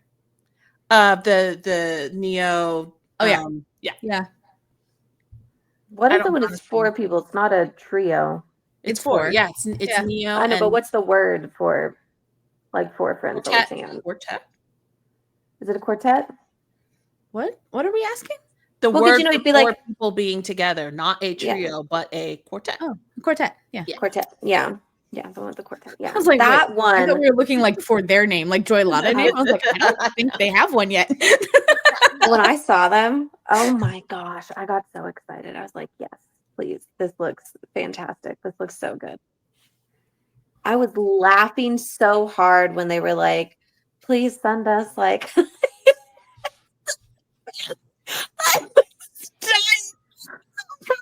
I couldn't get over Neo being possessed. I couldn't. So ridiculous. I'm Yeah, so when excited though, because it looks like it's gonna be fun and funny. I just don't know if this will be like that. I will watch as it comes out. It will depend on what else is out at the same time. Mm-hmm. But it looks really funny. There's a lot. There's 7. There's 7 different stories. There was a lot happening. And I feel bad when I was like, oh no, but I found the one that I want to be the whole show. I don't remember the other show. There were so many things. There was a lot of stuff, and most of it didn't make sense to me. And I did see Freddie said that in the theater, this was the one that people were the type audience was just kind of like, eh. Well, I feel like it wasn't. It took they didn't have distinct ways of showing that it was different shows until later. So like as it was going, I was like, wait, are all these things happening at the same time? Are they related? Yeah, it's weird. I was struggling. I was like, I don't understand what's happening. I think it's gonna be interesting. I just don't know how they're gonna do it. Well, I mean, I know how they're gonna do it. I just don't know, because isn't there another show, like I keep wanting to call it Y Destiny, but there's another show, 7 Club 7 something, where they do this kind of thing. YinWar has been in it, that kind of thing. Oh, something Friday. Yeah. Club 7 Friday, something like that. I don't know. We're just saying that's what it reminded me of. I was like, I wonder if it's just gonna be like that. So. Okay, so next one is Cat for Cash. Oh, this one looks so freaking goofy. And then they were talking about how excited they were to do a goofy show. I was like, the whole premise, everything is just so ridiculous. I was laughing a good chunk of it. I was like, what do you mean you're coming to collect a debt and now you're rolling around with her cats? Like, yeah, it looked funny till freaking Cowthun cried, and I started crying. Oh, Jesus, oh God! But even that, when he was like, "No, your mother did love you," and then you just have to listen to the cat. I was like, "Why is Cat getting his butt spanked?" Somebody's been watching a lot of Disney movies. Listen to the cats. But Satang being the half brother, long lost brother, whatever, I thought that was really interesting. I could see it. I liked that version of like drama. Does that make sense? Because I was like trying to figure out, other than like him being like, no, actually I have to collect your money, what drama would they put in there? I'm assuming First is going to have to stop being able to hear cats at some point, maybe. That might cause him Is First a cat? No. Or is Cat? So the idea of Cowthun not liking cats, I was like, that's going to be the hardest thing for him to pull off of anything that he's doing right now. They literally talked about how like they were like, one of those cats really loved you, and he's like, yeah, I was about to take it home. I do think they're happy to. I feel like this was kind of a like, what do you want? And they were like, something funny with cats. And they're like, we got you. Okay, got it. All these times I know, like, there was already a whole, how could you do this to First Cow? Well, every time any like very powerful actor gets a comedy, that's the discourse. Yeah. And 9 times out of 10, they wanted this. Most of the time, they requested that thing. So I would not be made me shocked. think of Cooking Crush for Oscar. Yeah. They wanted this. It was their show. They were in control. Okay. All right, Shannon. Next one's for you. Lesbians? What is it? Yeah. Girl rules. Girl. Okay, I have never been so excited to see so many women making out on screen. Every single moment, I was like, that's right. Throw her against the wall. Throw the next girl against the wall, too. I mean, it's a JoJo show, so it was gonna happen. I think in my reaction, I said, so this is only friends for lesbians. Yeah. Literally. it's at a point where like I don't fully remember the plot, but I remember moments that are seared into my brain. So I have a feeling that will be the show anyway for you. It'll be like there was a plot. I am excited for the females to be switching, though. Yeah. I didn't know I needed a love Namtan moment, and I loved that. I was gonna say that I love that Milk Love and Namtan Film are in a show together. Yeah, I'm excited for that. And just all of they did change one of the pairings, right? Yeah, well, it's View Mim now. Yeah, View Mim. Okay. Yeah, I was surprised. That threw me off because I was like, yeah, do I know you? Yeah. I did have a moment where I was like, threw a new face in here. Who are you? Like, there's not that many ladies. I'm not upset, but I didn't realize we acquired another lesbian. Where did this come from? Surprise! Wait, is Sizzy in this one? No, I don't think so. Aw. I know. They haven't released all the side characters yet, so maybe she is, but they're not listed. Okay. But yeah, I mean, I also like that Namtan is like playing like a serious boss lady, and there's a whole bunch. I just like that it's very focused on females, which it should be, but also like as much as it feels like it's like only friends, it does feel very much like a female oriented, like what is it called? Female, like jobs, not jobs, but like I don't know how to put it. It's like where you would find the most females, I guess is what I'm trying to say. Like in the job force in their industry. That's what I'm talking about. So I know JoJo's directing it. I wonder who wrote it. I know he said last year he was nervous about taking. He asked the question, "Would you feel comfortable?" Or something like that, right? Like he asked if we would be okay with him doing a lesbian show or like more female oriented show or something like that. Yeah. So sometimes I'm like, oh, how's it gonna go? But then in one of the scenes, this is only about what is it called where they do the clothes wardrobe? Yeah, this is about the wardrobe. But Namtan's on the bed and she's got like this like sports bra type thing on, and I was like, wait, that's the lesbian bra. And I was like, okay, I think you guys might do good. You're getting the details down. Watch, we find out later that she brought her own clothes to I would. She's gonna be. I would not be surprised. I would not be surprised. Like, listen, you need some help. I can help. I've got this. Namtan was actually not a fitting. This was just them testing, and we just went with that footage. I feel like Namtan is poised to be like, if we have female pillars, like to me, she's like the top because she's just so freaking good. Yeah, like she feels highly promotes it. I will say that like Milk Love, people would think would be like at the high pillars, which they probably still are. I'm not denying that. I think they are the most famous, right? But I would say that if you're gonna go with which ones are the loudest about being proud of being in that part of the industry, I feel like Namtan definitely takes the cake on that. Yeah. I would, because it's one of those things where, like the big complaint people would have about the actors is they're like, well, obviously it's not true, but they're like, oh, they're straight and they say this and that. Yeah. And then you have like Namtan who's out there going, my parents want me to marry a woman. Yep, that's who they want me to bring home. All that one, blah, blah, blah. And I'm like, oh, that's and not like it's such a nice, because the guys are pretty crazy in that department as well. But when everything was starting for BL, it was that way. So it's really nice to have this starting and we're already here, like we're not. It's kind of nice that like that growth has carried. People we're already at a point where it's like, oh, people are getting to be more. I had a messy thought. Oh, I do love a good messy thought. Because as much as people go in about that, specifically about GMM on the boys' side, I think GMM has the most, and I could be wrong, but has a large contingent, I'll say that, not the most, out GL actors.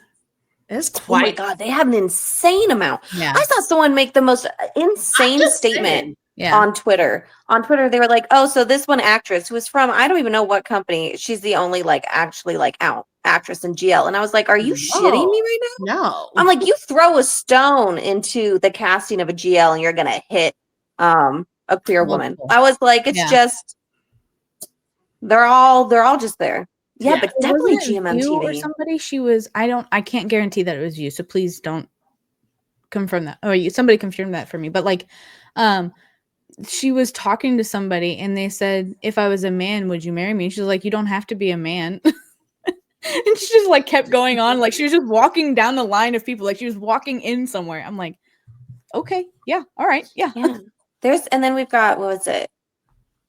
Well, I don't want to just start listing. Yeah, I wasn't. That wasn't my goal. But like, I only mentioned View because View's in the show. Yeah.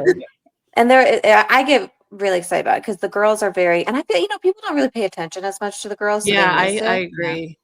But they talk about it all the time. I mean, Film just started talking about it. Yeah, Film just got louder in an interview. Printed. I'm like, damn. Okay. Yeah. They're very loud and proud, which is interesting. And I wonder why. This is too much of another topic, but like it seems to be accepted more. But I don't know. Honestly, I don't know. This is really, so all those discussions, everything I see around this is not so much that it's accepted more. It is that it's not like people just don't care. It's not valued like it is with men. So they're just like, whatever, it's women doing women things. Like it's, so, because that's like, it's kind of that thing of like, oh, well, women can like get away with this stuff. And like, yeah, because it's not valued as much. It's seen as lesser. And it's not taken seriously. Not taken seriously. Thank you. Yeah. Okay. I can see that. Yeah. But yeah, it just dawned on me because specifically GMM, they say everybody's straight there. And I'm like, not everybody. There's a lot of ladies who are not straight and will correct you quite quickly if you say that about them. So yeah, I just thought that, that's interesting. Okay, next show. Next show is Boys in Love. That's with all the babies. Huh? Oh, the baby show. The baby show. I have been watching. So if you guys didn't know, Little Fluke and Ong Pao have been in charge of the babies for the longest time. And I knew something was, I thought Fluke and Ong Pao would be in whatever they were doing. But they have been they would be like in vans, taking them on like little field trip. It's the cutest thing. They would make TikToks with them. And I just love that like they were like, okay, Fluke Ong Pao, you are in charge of the babies now. Babies. Field trip babies. So this has 3 pairs, it looks like. But yeah, it's all the babies. And Pepeng and Pod. Yeah. Oh yeah, finally. Which I was very excited about. I'm excited for the babies, but I was also very excited for Pepeng and Pod. They've been preparing us for a while now. Yeah. They've been like TikToks are a lot. They've been telling us way before anybody else could. Yeah. I always like when that starts happening because I'm like, yes. And the My Love Mix-Up boy is in this. Yeah. We didn't say it. I'm saying yes. Yeah. He's I adore the one that I kept mixing up with Ong Pao. I was like, you're not, but my brain keeps saying you are and you're not. I loved him. Like there's a couple of reactors I watched. They're like, we don't usually care about the straight couples, but these two and My Love Mix-Up are so cute. You were adorable. They were super cute. So I'm excited for him to have a pair. Yeah. Yay. So next show is My Magic Prophecy. That's the Jimmy C? Jimmy C, yeah. Oh. This is the one where I'm not like, yeah, it didn't hit me. It feels like maybe they're still figuring stuff out. Because I had no clue why the doctor was being tracked down. And then it was like, oh, these things. I do like the little like supernatural type element to it. Which again reminded me of I Saw You in My Dream. Yeah, well, I'm like, but still very confused about why everything is happening the way it's happening. So I think based on the next trailer we get for this show, we'll determine if I'm like, yep, I'm down. I'm going to watch. It felt like to me, they were trying to figure out till the last minute, could they do a Jimmy C show? Yeah. And then they were like they were going to show they were going to have well, he's going to US. Yeah. And so that makes sense. Yeah, there was some negotiation. I was even surprised that there was one because I was like, he's going abroad, and they had a show. I think I think this is what Shannon's constantly talking about with like the what is that? The boom fandom, where you have to make a lot of noise. I think a lot of noise when they made that announcement, people lost their minds. Yeah. And the first thing they were afraid of is that they weren't going to get a show. And I think it was so loud. This is just me making stuff up. I don't know the truth. I think it was so loud that they were like, we got to get something out there. Well, they were like one of the last ones to post that they were even going to the 2025 thing. Yeah, I think this was pretty last minute, and I think it was the pressure of fandom, and they're so popular that fans were so insistent that and they could put it out there and then put it out in the middle of 2026. They don't have to do it now. I do think if they can kind of clean up some edges and like make it understandable, more understandable, I do think it would actually be a really good show. It looks like it could have an interesting premise. I just also didn't got like the bones understand how we got from one place to another, which I don't need to know because like technically that's the show part. But like I was like, wait, why would he ever decide to go on this trip with you at all? Yeah. Like he clearly doesn't believe in your prophecy, so why would he get in a car with you? Like this doesn't make sense. There was like a few things where I was like, what is that? But I'm a real sucker for forced proximity. I love it. Yep. God, I'm a sucker for it. So if the next trailer is, I'm probably gonna be right there. I mean, I'm gonna watch it. Whatever. Yeah, I was like, let's be real. I'll still watch it. I'm just not sure if it's like the first thing that I'm thinking about when I'm like, oh, I cannot wait for this to come out. But I am excited to see Jimmy be a doctor. That was actually really funny. I was like, hey, he's gonna be great at this. Yeah. And it looks like he's like a stoic kind of doctor where he's quiet, which is how he is when he's at GMM properties. So there you go. It's still Dr. Jimmy. All right. So the next one is A Dog in a Plane, which is the Tay New. And I have a tiny piece of things that I learned off of Twitter, which is that it's a play on an expression in Thai, which is a dog that barks at a plane. It means you're like reaching up. You're trying to get someone who's out of your status. I loved that they said that because Bilkin talks in riddles all the time. He does these proverbs and stuff. He said that a while back and no one understood what the hell he was talking about. And so when they put that explanation on Twitter, I was like, oh, that's how he described his relationship with Pee-Pee. Oh, that's how he described his relationship with Pee-Pee? Oh, God damn it. And it went over my head because I didn't know. Can't handle these two. Come on. Okay. And I was like, wait, what? That's what that means? Yep. It looks like it's going to be funny.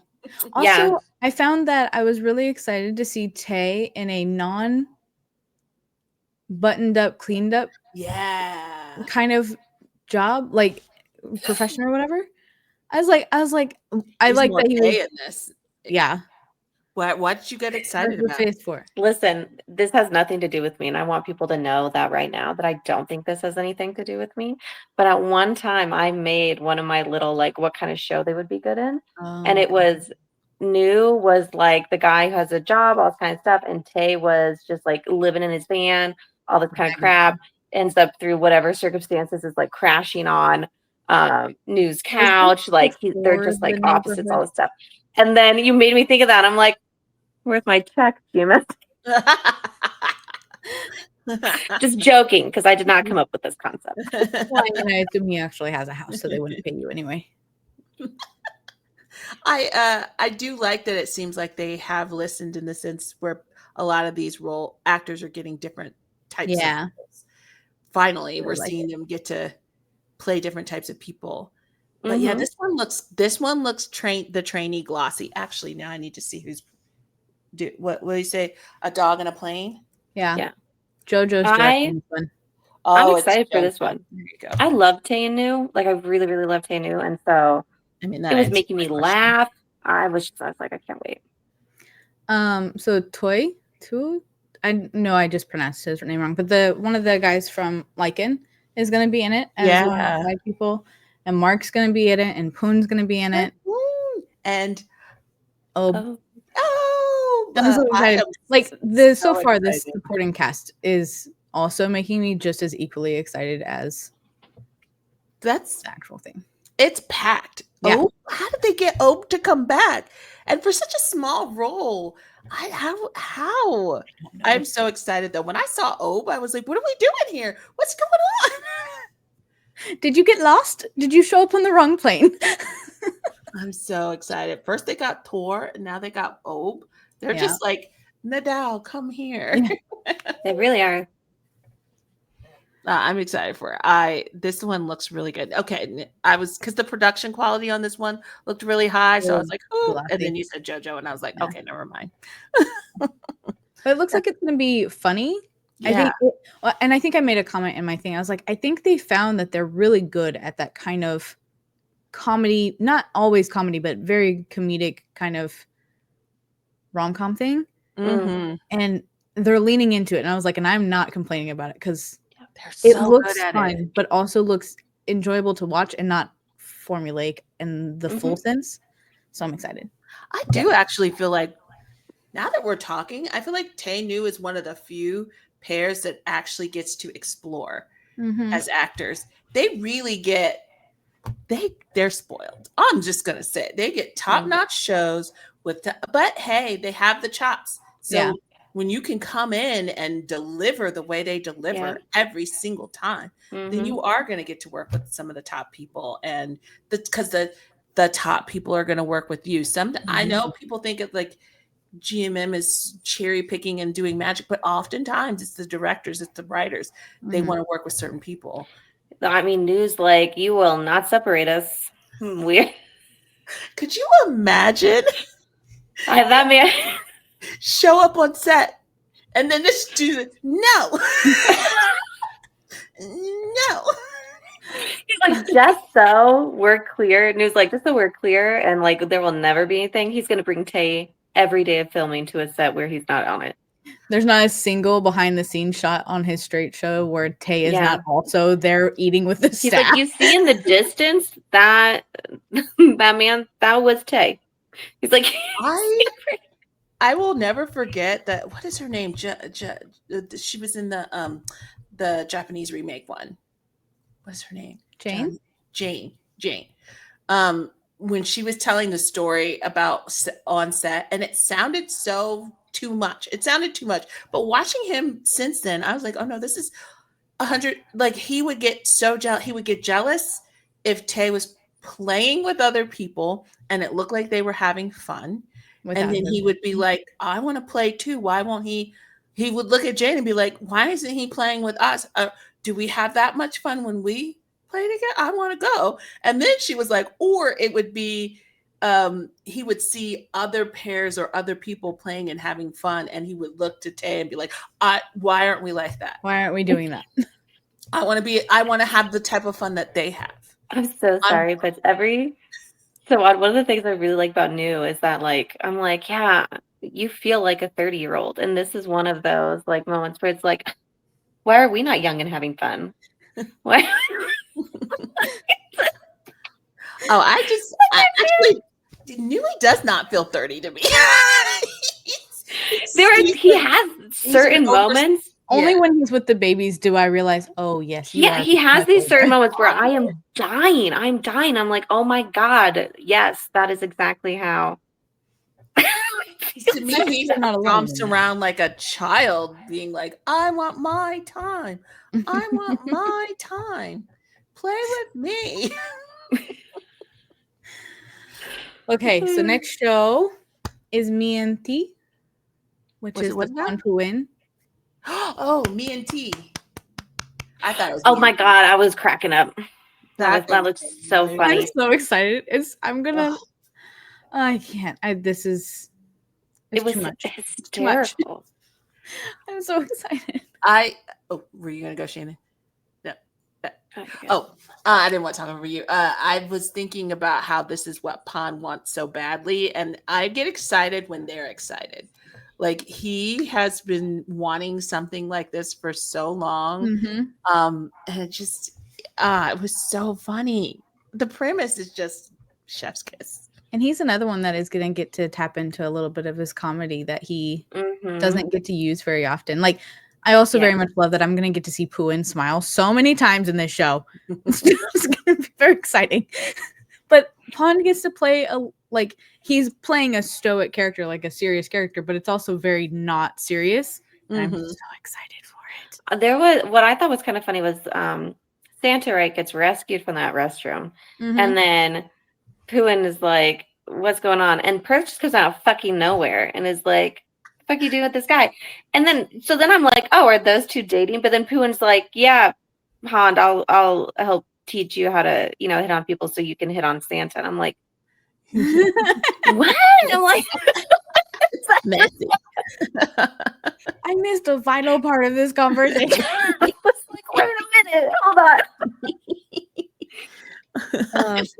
I love that he has just no concept of how rich he is. Yeah. And it's just going to be Pooin being like, oh, God. It's like, God can't do that. What? I just bought you multiple horses because you looked at one yesterday. You looked at one the other day. Isn't that what friends do? I don't know. I'm excited. I didn't realize how much I was looking forward to this one, other than the fact that I was excited to have them in another show. And then I saw the trailer. I was like, oh, everybody's gonna get real sick of me real quick. So funny. I'm ready. So next one is Memoir of Rati, the great one. Oh, period piece. An album. Listen, I know you have thoughts. I have learned my fucking lesson about historical pieces from cultures that I do not know their history. Okay, because I have been devastated so many fucking times by it being historically fucking accurate. So I don't know anything about this time period, and I am going in prepared for absolute devastation. That's what I'm preparing myself for. I think I ended my thing. I was like, I know that everyone's gonna do great, but I'm really nervous because history has not been kind to people. Oh, I was like, I don't know how I feel how this one's gonna go, because I'm like, this one might destroy me somehow. And I want to say this because the album fans were pissing me the fuck off. Boom fans are pissing me the fuck off. Okay, pissing me off right and fucking left. And I mean this because I watched that and I came out going, wow.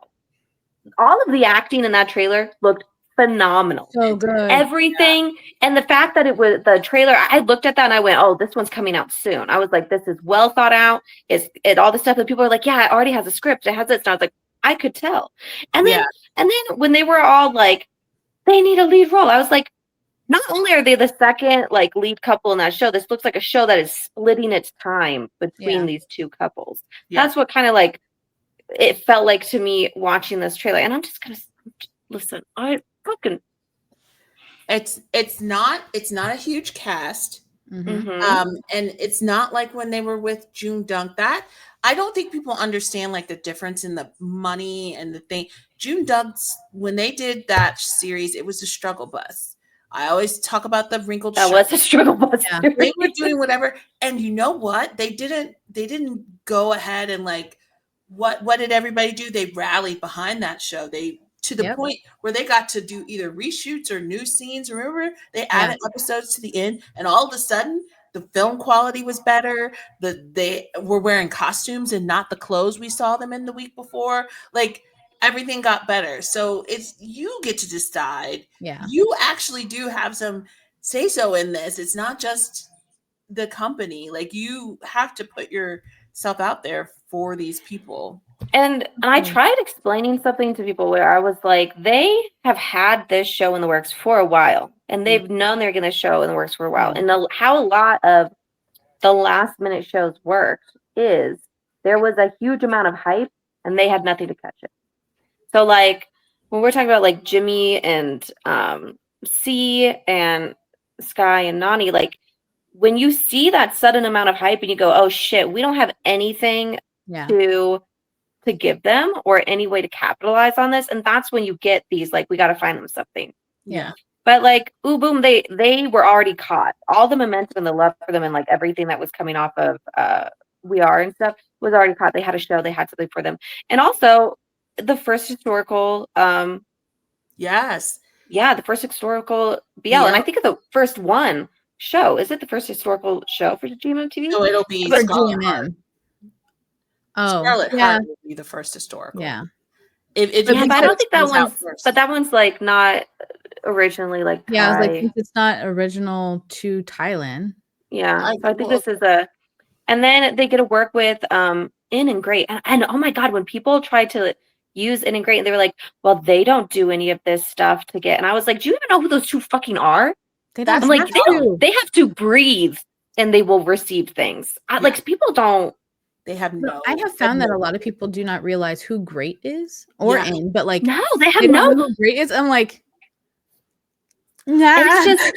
I think what they haven't realized the kind of paradigm shift of GMM, where it used to be bringing in young actors and building them up, which they're still doing, but on top of it now, they're pulling in actors with fan bases and long discographies, filmographies. Like they're doing both. So someone who may come in the door, but they're already an it person. Yeah. They paid a lot of money for that person. So you know what that person's going to get? A starring role in a BL. Yeah. In their contract. Yeah. What was it? In was the it boy of, I think it was Channel 3. The it boy, like he was bringing in all of the money, all of the attention, everything. And GMMTV got him. And everyone thought that was fucking insane. Like it was insane. And boom, they get to now act with this man who has all of the mainstream media attention. This is exactly what I was saying. I was like, my thing was like, yes, they're going to get a lead role or, the starring roles. But the younger actors that could use that kind of foundation of somebody that knows the business and can act their asses off, they get to be on set with those people. They get to learn from those people. They get to like kind of like figure out how they do it and how they can adapt to that's what they need. All these kids need that. I'm going to be bold and say they're doing them a service. Here's the thing. June Dunk had to deal with the backlash of Hidden Agenda. A lot of us liked it, but because a lot of money and time wasn't put into it, because it was a struggle bus show, it still gets used as a reference as to why they shouldn't be getting things, why they're not good enough, all of this other stuff. They're now getting to work with people like First Cow. They're getting to learn under people like JoJo. If they had that prior to, their journey would be different. And putting them in this type of series with In and Great so that they can learn under them. I don't think people understand the power of mentorship and, being in proximity of super talented people. Yes. Yeah, I agreed. So I'm really excited for them. I think this could do just skyrocket them. And I know they're already pretty popular. But I think it could be oof. Push. Also, they had this. I feel like they had this already, even before people were screaming that they weren't getting anything. So that was. This is just proving even more that they deserve their own show because there's something behind it. So. Yeah, that was the thing. I was I was pretty confident they got this before all of their new hype was appearing. I'm like, and that really talks about how the fact that I guess they were trusted to pull this off. Well, because they had really good chemistry in a lot of the shows that they have been in as couples and separately. Right.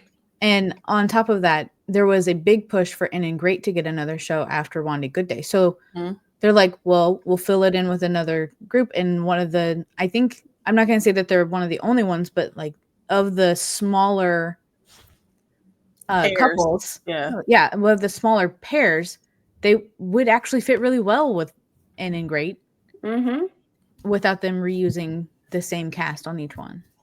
I think before we move to the next one, I will say also just if anyone from that fandom is listening, the way you're missing the ball right now, I have the list of the view count for the trailers. And it's down. It's down near the bottom. If you want to prove how great your pair is, watch the damn trailer. Hype it up. Make people pay attention. Make edits of it. You can whine about these other ones, but you know where that summer is? It's 6th or 7th. Because they try to talk about Winnie Say-Ting. You know what I mean? These ones that you don't think should be there, they're near the top. They're near the top. because these numbers actually just tell you exactly what's going on and why these people that got shows. Woo is in the mid range. So anyway, just watch the damn trailer, hype up the show. They'll get a show. Yeah. Let the numbers prove what you want. Yep. Because that's all they pay attention to. Yeah. Not strongly worded letters. Sorry. I'm sorry. Let's move on to Woo since we're there. I'm actually super excited for Woo, by the way. I think it's a very interesting premise, and I'm excited to see what they do with it. But I need them not to fuck it up. Do not make this a bromance. This has to be BL. What I heard was this was something they were fleshing out for 2026, and they pulled it really fast for this lineup. So yeah, I would assume so, since there's only like one location scene. Yeah. So what that tells me is there is time to adjust. Yep. There's time. I think that they've already gotten such a push, and people are shipping them. What do you want? Yeah. Like, how long are you going to fight that? Yeah. How long? Because they didn't fight it very long for no, they just don't normally fight it at all. And these two are already so famous by themselves. Yeah. Sky was in My Ambulance. Sky was in Hormones. Sky is. There are a lot of people who dislike GMM that are Thai people. And let me tell you the rage machine that happened when they found out Sky was going to GMM. They were like crying, not Sky. That's how much they love Sky. But you know what they did? They tuned in. And you know what they're going to do for Woo? They're going to tune in because they love Sky more than they hate GMM. Yep. And that's what GMM was banking on. It's a good bank, to be honest. Also, like Nani was in F4. Right. Like, that thing was huge. It was gigantic. Yeah. And it's still gigantic. Like, so Vicky does all of the Boys Over Flowers in one location. They have like that as like a kind of, they have an umbrella thing where like you can go there and you can see all the different versions of Boys Over Flowers. And it's like number 2 or 3. I think it's like right after Media Garden, that kind of stuff. It's one of the top ones. It's still huge, and they're still watching it all the time. It was really, I couldn't finish it because it was too trauma for me. I was like every week, my God, my heart. It was just too much. But not for, it was very well done. I could recognize that this was well done. I just could not. Wonderful acting. But if Bright hadn't left, F4 they'd still be milking them. They'd still be out there being forced to go on trips and stuff. They'd be doing a second world tour. Look at, hey, they have if the Pillars 7 years in are still being, doing this stuff, you don't think they would do that with F4? They would. But yeah, I definitely, I liked the premise of it though. I thought it was very interesting. I specifically mentioned, I don't know how many times, just don't fuck it up. Don't make this a bromance. Yeah. Like, commit to it. It needs to just be it. Already today, Fourth said he wants to be their number one ship fan. Did you see someone ask Jung searched and like someone was asking a question, what religion does Jung practice? I saw. Yeah. But people didn't get it. They didn't know what he was referencing. Nani, right? Yeah, because he didn't add the Sky Nani part, so people didn't know what he was referencing. And it was hilarious. It was a little bit funny. The way they have, without being a ship, enamored the company. Yeah. And a lot of the people in the business and reporters. I mean, it's just a no-brainer. They're just gonna have to naturally. I don't think they're gonna have to work hard. I'm just saying I want the storyline to reflect what we know is happening. That's all. Yeah. Don't make us angry. No. So we have one show left. Woohoo! We did it. What is it? Why are you making that? Ticket to Heaven. Oh no, that's why you're I was like, what's wrong, Shannon? I was like, should I leave this to the end or should I do it earlier? But I was like, no, we have to have it. Because they actually, I think they ended their showcase with it too. So listen, that was cruel and unusual punishment on their part to end it that way. yeah, It was. Oh, I'm excited. I'm not. That's the wrong word.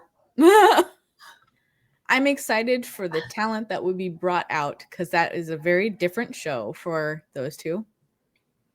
Yeah, and I'm excited. I'm nervous for everybody else's religious trauma.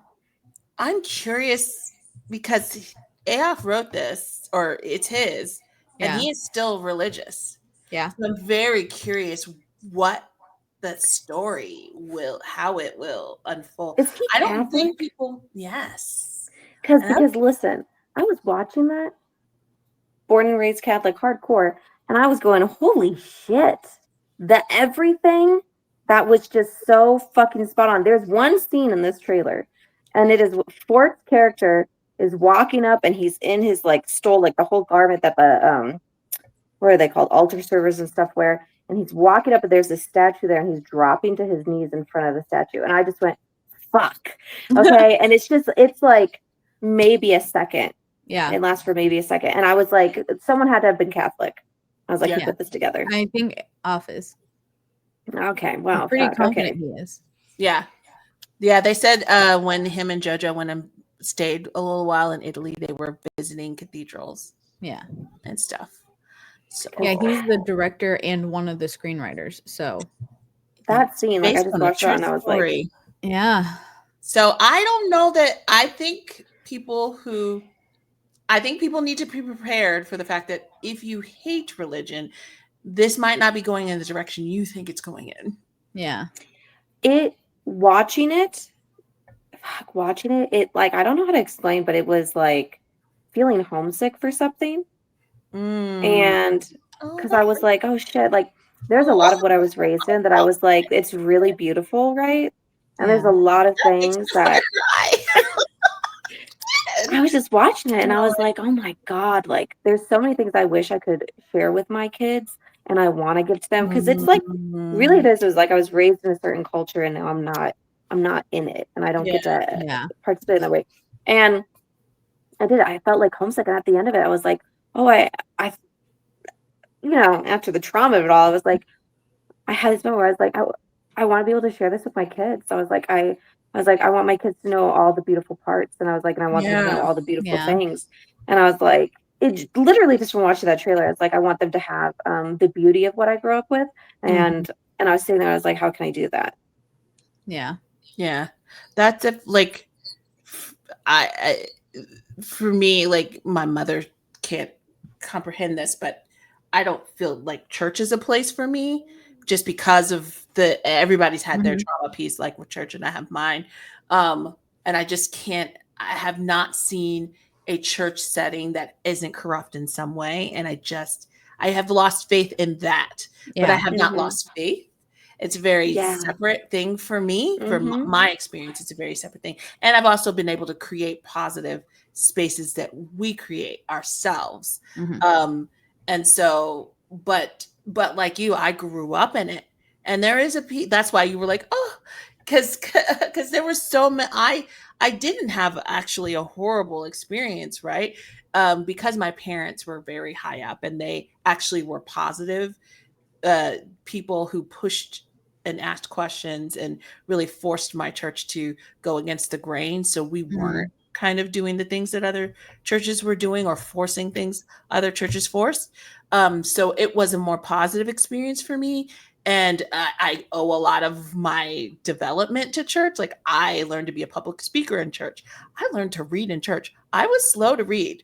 But I was like learning to read Bible verses, and I would have to speak the Bible, and they would help me in church. And that's helped me. Like, there's these things about it that were very fundamental for me, but also I wouldn't go back. Right. So it's like this weird, it is. When you said that, that's why I was like, oh no, you touched the nerve, Shannon.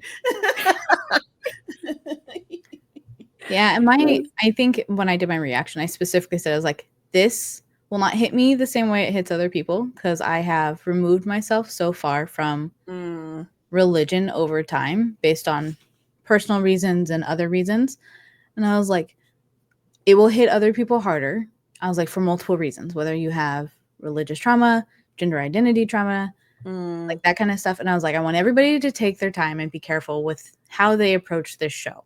I was like, I know that anything that I say will have a muted tone to it because I have removed myself so far from that part of me that it doesn't touch me the way it touches other people. Even if I can feel how touching something is, I don't have that lingering feeling of homesickness or like despise. Like I don't have any strong emotions to religion anymore. I just don't participate. And so I made sure everyone was like, I'm warning you, I will not react to this one the way other people want me to. I was like, and if I cry, it's because they were touching to me less than the emotional religious touching. Oh my gosh, yeah. I was bawling my eyes out at the quotes they chose. Like I just started weeping. And then I was like, oh fuck. I was like, I still have to get through. There's one part in it. And I've realized also that my experience with Catholicism and religion is probably a bit more intense than some other people's. But the part where the priest, where he says, can I go to heaven if I like boy? And then he's like, God, he says we have, or like we're given the, what's it called, ability to choose like good or evil. And he's like, and God has made that, like left that up to you. Oh my God. It was conversations I have had, maybe not about that exact, no, actually some of it literally about that same topic, but where it's all just like, well, you know, like you get to choose good or evil. And it's just like that thing of like, and you know what the evil is. So you know what and it just like, it was like a punch in the gut to hear it because, you know, there was a point where, you know, it's everything I was raised in from like a child. And of course I was raised in a niche cult within it. And so like, this is how your brain is formed. This is everything you think. And so like, by the time where I was trying to like pull myself out of a lot of stuff, there were so many of these moments where like people would say these things and I'd go, but wait, like I would be like, no, but wait, like, hold on. Yeah. This doesn't feel right. And so like to see that there, I was like, shit. I was like, oh God. I saw some random person. I'm always fascinated by reactioners that don't do any BL or anything like that. And someone like recommends something. And I don't know how this dude got recommended this to watch this trailer, but I like saw it. I was like, I don't know that reactioner. And he was like, I don't know what this is, guys. You guys recommended it. So let's watch it. And he was floored. And he was just like, will it be on Netflix? And the amount of times I'm now hearing that about BL, I do think there is a pathway to more accessible. I know that's not their, I feel like it's somewhere in their sight lines, but they haven't figured out how to make that work yet. But yeah, I'm like, you're hitting that sweet spot where international audience is very open, not just the hardcore BLers, but overall are open to it. Well, as someone on Netflix, I feel like it's dramatically low on options for BL. Yeah. So I was just thinking about something that Kelly, you said earlier, where like you were like, for people who hate religion, this might not be the show. It's not going where you think it is. Because I was just thinking about that because like at the end, fourth says, do you think there's room up there for us? And I really hope that it's a show that is, because I think that is one of the hardest things, is feeling like you don't have a place in the faith you were raised in. So I really hope it's one of those that's like, no, like let there be room for us. Like, I think I was hoping that it would be a healing show. Yeah, in a way. I felt like that was my impression, because to me, if this was the other thing too, is it's happening in 1995. So I think people, the younger audiences have a really hard time relating to shows from different time periods and like stretching their mind to what the reality was during that time. And I think, you know, I'm praying we don't get another Moonlight Chicken situation where there's so much judgment around the decisions and the conversations that are happening within the show that makes sense within the time that they're happening. But if this is Piaf's story, which we don't know that it is, but if it is or around it, it feels like to me he seems to have some peace in that place, right? Yeah. And so it feels like that's the impression I got from the trailer, that it is leading to whatever that piece is. And I think I don't know that everybody caught on to that. And there's a rage for religion, and I think they're looking to get that rage out, and I'm very curious to see how this goes down. I think it's one of those subjects that's going to either go really well or really bad. Yeah. I trust Off to do it the most justice, but I also am like, I want this for my friends and for the people that I love, this to be in some way a healing story. Where they get to have the religion that they value or a version of it, and still feel like they have a place as the person they are and they don't have to change. And that's what I was like, I don't want them to base the story off of that. I want it to be whatever they want it to be. I'm just really hoping that that's the end goal. Yeah. Because I feel like it's needed in many ways.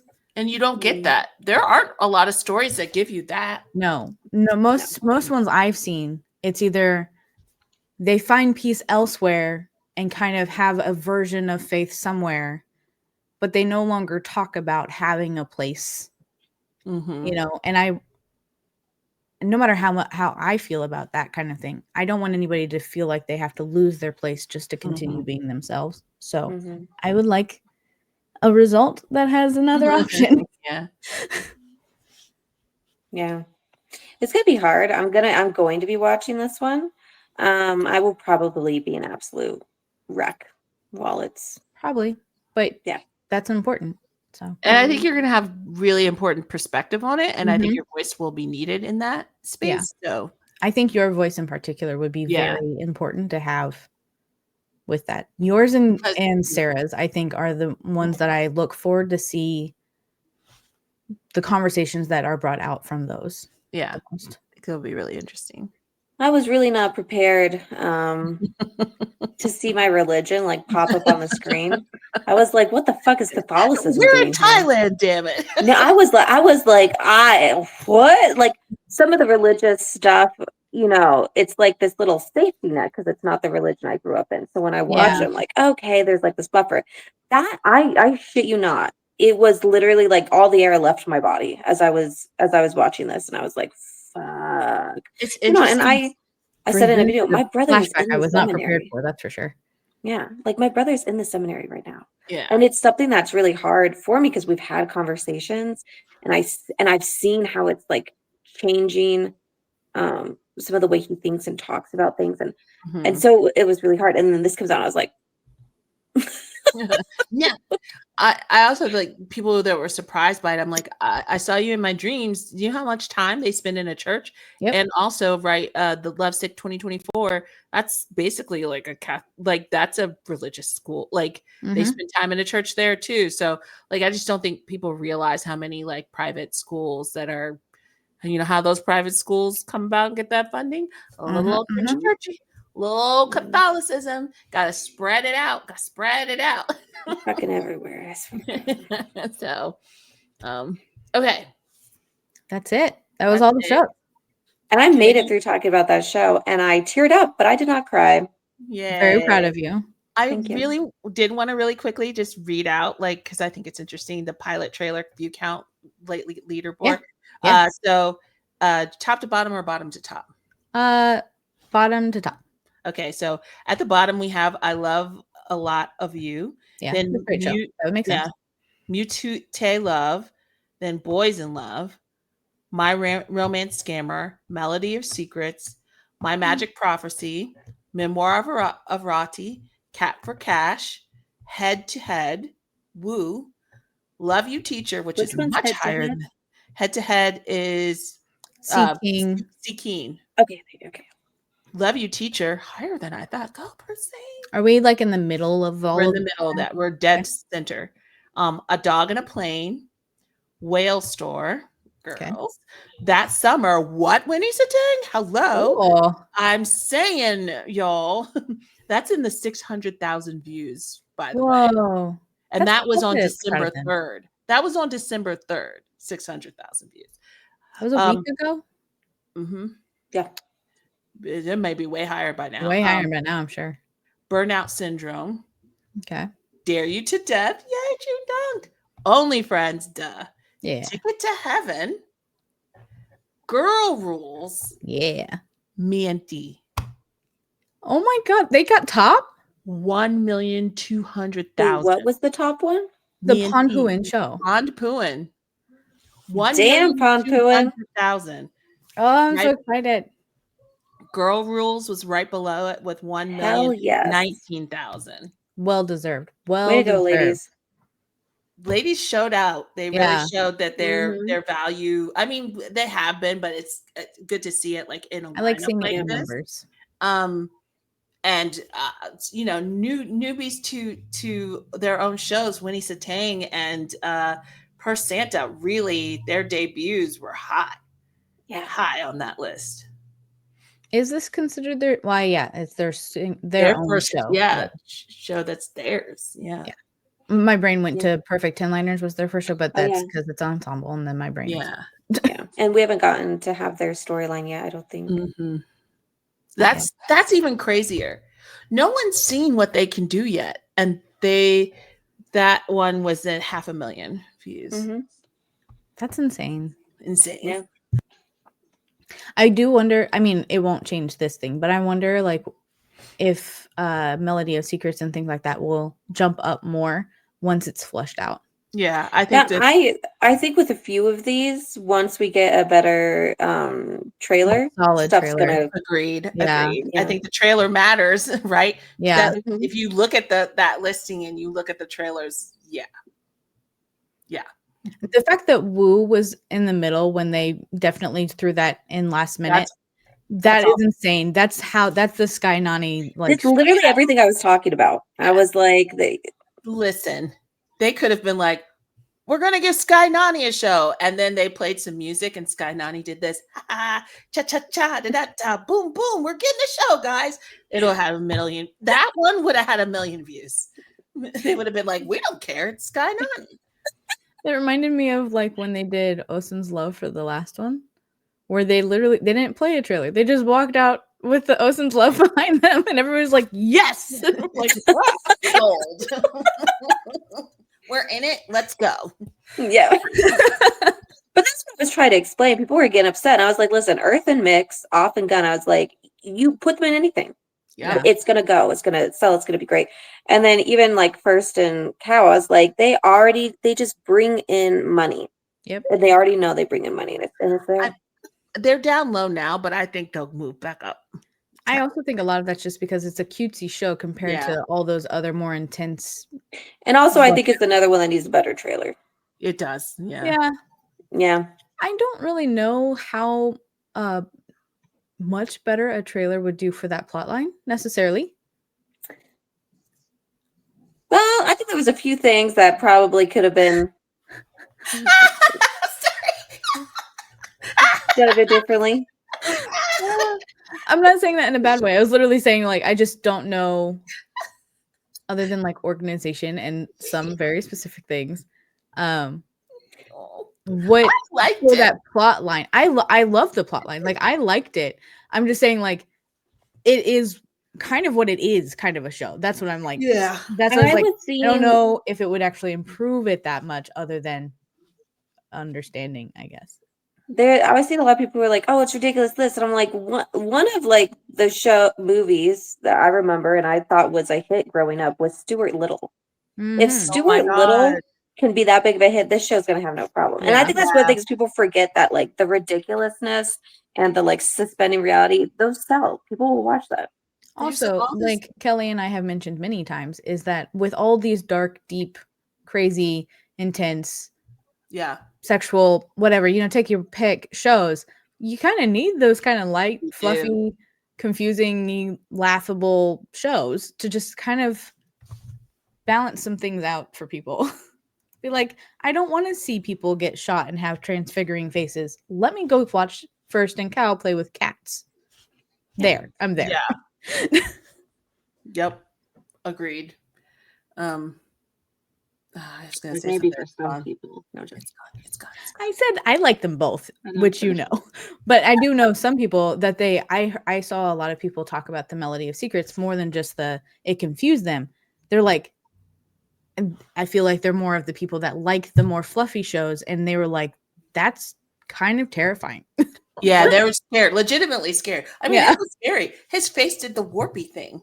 Also, Force getting shot, I think, really threw off a lot of things for people. And I'm like, listen, as soon as that happened, I was like, done, sold. I'm here. Give me everything you've got. I was already like, yeah, this looks like weird and creepy. It looks kind of scary. And then that happened. I was like, no, it wasn't him getting shot because that was like a jump, right? It was when he shows up behind him. Is like, and then I was like, take all my money. Yeah, make it great. I was like, let's do this. By the end of that, I don't think I mentioned it in my thing, but so Richard and I watched the Midnight Museum together. I love Midnight Museum because it was so good. But it's like Richard's kind of show. Like that is what he prefers. And by the end of that trailer for Melody of Secrets, was like, I think I might make Richard sit here and watch this with me. Yeah, like, I think it's gonna be his kind of show. Like, yeah, this is always comes around. There's always talks and stuff, and it kind of does frustrate me. But you know, there is a good chunk of us who really love BLs and all this, and we have not gotten a lot of shows in the genre that we really like. So, like, Death Run Forever, I saw so many people who were like really struggling with them. Were like, who needs this in high school? And I was like, you know how exciting it is to have a horror show like this now. Like, and so see GMMTV dipping their toes into this as well. I was so happy because it's not, you know, there's not a lot of that. So they listen. I hate complimenting them. You know what? I'm gonna stop saying that. Whatever. They listened. What? Yeah. It is what it is. They listened. They did. They're being smart. Like, they're business people who figured out the business they are in and how to maybe do well at it. Now they got to land all these planes. Yeah, there's a lot of planes they got to land. That's a lot going on. But they don't always land all of the planes. They don't always land all the planes. But I would say from 2023 through to now, the consistency of quality has been there and it is higher. And I hear a lot of people. I watch a lot of commentary. I watch a lot of reactions. And I will say this. I feel like if you come into something ready to dislike it, if you come in with a sour taste in your mouth about GMM and you have an idea of how they shape their shows and what they're doing and all of this other stuff, you will find it. If you are looking for it, you will find it to the point where you will make it up. And you're going to start to look ridiculous at some point. Some of you already do. Because I watch these things and I'm just like, what is this madness? What do you even mean? Like, what are you saying right now? I don't know. I think there's enough love to go around at this point. Yeah. And I'm excited for the landscape of BL, period. I think we are in a golden era. We have a lot of different companies, a lot of talented people who we've got Jess coming to BL. If that doesn't get you hype, if you don't understand where we're at right now, and he is smiling, he is happy. He's I was like, my God, convincing his own partner to stay. Like, it's crazy. Like, that tells you this is a different time, which means we're going to get more and more quality stuff if we keep supporting the quality stuff we want. And the same way we were loud before and now we're getting the stuff we want, we need to continue to be loud and not always in complaints. Sometimes you need to say what you want, not always what you don't want. Yeah. I know I rarely talk about the things I don't like in shows because it's just not who I am.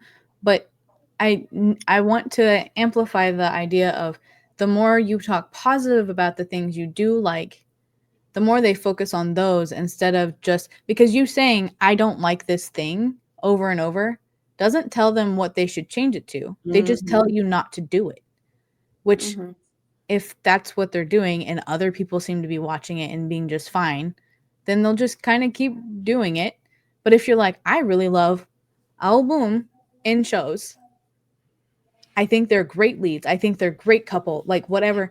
If you keep pulling how much you love and how much you're willing to put your time, money, whatever into these people, they will do the same because they only want return. They really only do things if they get something out of it. That's just how business works. Yeah. Also, it's really nice for the actors to see that you like something that they did because they worked really hard. Well, I know whenever I see like those filming schedules and they're talking about when they're getting home and all this kind of stuff, I'm like, this is work. Yeah. They have to make it like we as fans and fandom or whatever have to make it feel like it's worth it for them. Yeah. Because eventually if it's not and they're just doing it for a paycheck because it doesn't feel worth it, but it's where their money comes from, it's noticeable in their actions. Performance, yeah. So like got to make them feel like they're working hard for a good reason. Because it's not easy to just walk into these sets and just act. That's not what it is. Yeah. Oh, I've seen a lot of the discussion around, I talked a bit about Yoon and Tan, and they were like, oh, people were saying they think it's harder to act out and see scenes if it's with your real life partner, you know, saying like camera on, you go. And I was like, I just think in general, we've talked about this, that's hard. Yeah. So like, yeah, like with all of this, with acting, with all this kind of stuff, it is not just easy to be put on a spot and be told, do it. And I don't even mean just NC scenes, like go be happy, go, you know, go do this and that. Go so cry. I think people really often just forget that like this is also a job and like it's work. Yep. I don't know why you just made me think of there's NC scenes in every episode of The Heart Killers, so it's not spoiling today. But the separate reactions of Jung and Dunk, and where Jung was like, "Mom, don't watch it. Don't watch the uncut." Where Dunk was like, I already saw it with my mom. But even in a pairing, it's a different, you know, the way you process it might be different, the way you handle it. Like I'm sure June is proud of the work he did, and you know, but he's struggling. He is fully like having a hard time. After every I'll give him one caveat. If I found out that my professor that I go see every day is also watching this show that I'm doing that on, like, I wouldn't want to go into class and have a discussion with that person. That was not my thing. That was so funny. I feel bad for June because, like, literally after every episode, he's on that live with everyone, losing his shit about how, like, he can't watch it. Stuff is happening, things are going on, and I'm like, oh, you poor man. I don't know. Like, you're doing it very well, but it's really funny seeing the panic now. Right, where he was on, and he's like, he told his mom, or he told somebody specifically not to watch it. They're like, don't watch this one, watch the next one. And JoJo's like, you sure that's the one you want them to watch? And you're like, right, maybe not that. What he said? I'm dying here because he was like, I don't know, there's no freedom here. I was like, I think you're just gonna have to ask them to skip this series if you don't want them to watch any of that. He was in the middle of a live with all of them on when he was yelling. He was watching it while they were all on Twitter Space, when he realized that he could not have his mother watching that. And that's when you hear him run off and yell. And my favorite part about that was Cow Tongue going, I adore him. Aww. It was so cute because they're all like Jung. First was like Jung. There was someone who came and commented on my video, and it was when he tweeted that like he can't get pregnant, and then I said, but you can try. And they commented and they were like, the acting's so bad. They were talking about Jung. They were like, oh, the acting's so bad, all this stuff, blah, blah, blah. There's no chemistry there. Oh, Jesus. And I just responded, I checked them out and they follow me. And I responded with, why do you follow me? I was like, why the fuck are you here? But also when people come and they leave that, I'm like, no, I know you're just bullshit. Yeah. Because no way. everyone is recognizing the chemistry and the insanity and like and how good everything is in the show. I know you guys didn't watch. Neither of you have watched, have you? I'm about to go, but we're okay. We gotta finish. I don't. Well, I we have to finish so that she can go watch the show. Yeah, so we can. You guys can watch, but yeah. There's chemistry today. Oh yeah. Listen, that person. And also I was like, what the fuck are you following me? I talk about these people all the time. Why are you coming to shit on my like good time? The only people who are allowed to do that are people I know very well. And I don't know these people. People like to be miserable. People like to troll. People like to be seen. All right. Well, now we have to go so that Shannon can go watch the show. Yeah. Yeah. And it's been 2.5 hours. This is a mega episode. Good God. Well, we've been so long, so I hope the 2.5 hours makes up for it. Because that's true. Yeah. Yeah. And I don't. Congratulations, everyone! You won. If we tried. Huh? We could not have made that any shorter if we tried. Oh no way. I'm impressed we did it. Yeah. And we covered a lot of ground. Yeah. And got sidetracked. So like, yes, we did. Look at us go. Woo. Yeah. All right. So thank everyone for coming. Please let us know in the comments what your favorite show trailer was, or if like there's one you're in particular looking forward to, both 2024 and 2025. If you have it both that still haven't came out. I hope you all visit us on TikTok as long as it exists, I guess. All of the social medias, I think we all have all of them now. I don't know if Kelly, do you have Blue Sky yet? Yeah, I just made it. I haven't put in and out. Yeah, so we're on all of them, including the replacements, I guess. But please like, follow, share, subscribe to this channel and our other reaction channels. I think all of us have a Patreon as well if you choose to help us financially elsewhere, I suppose. But I hope you guys enjoyed it. I think we all agree that this next year is going to be crazy in terms of shows, and it's going to be really fun, and we look forward to more and more conversations based off of them. Yay. Bye. Bye.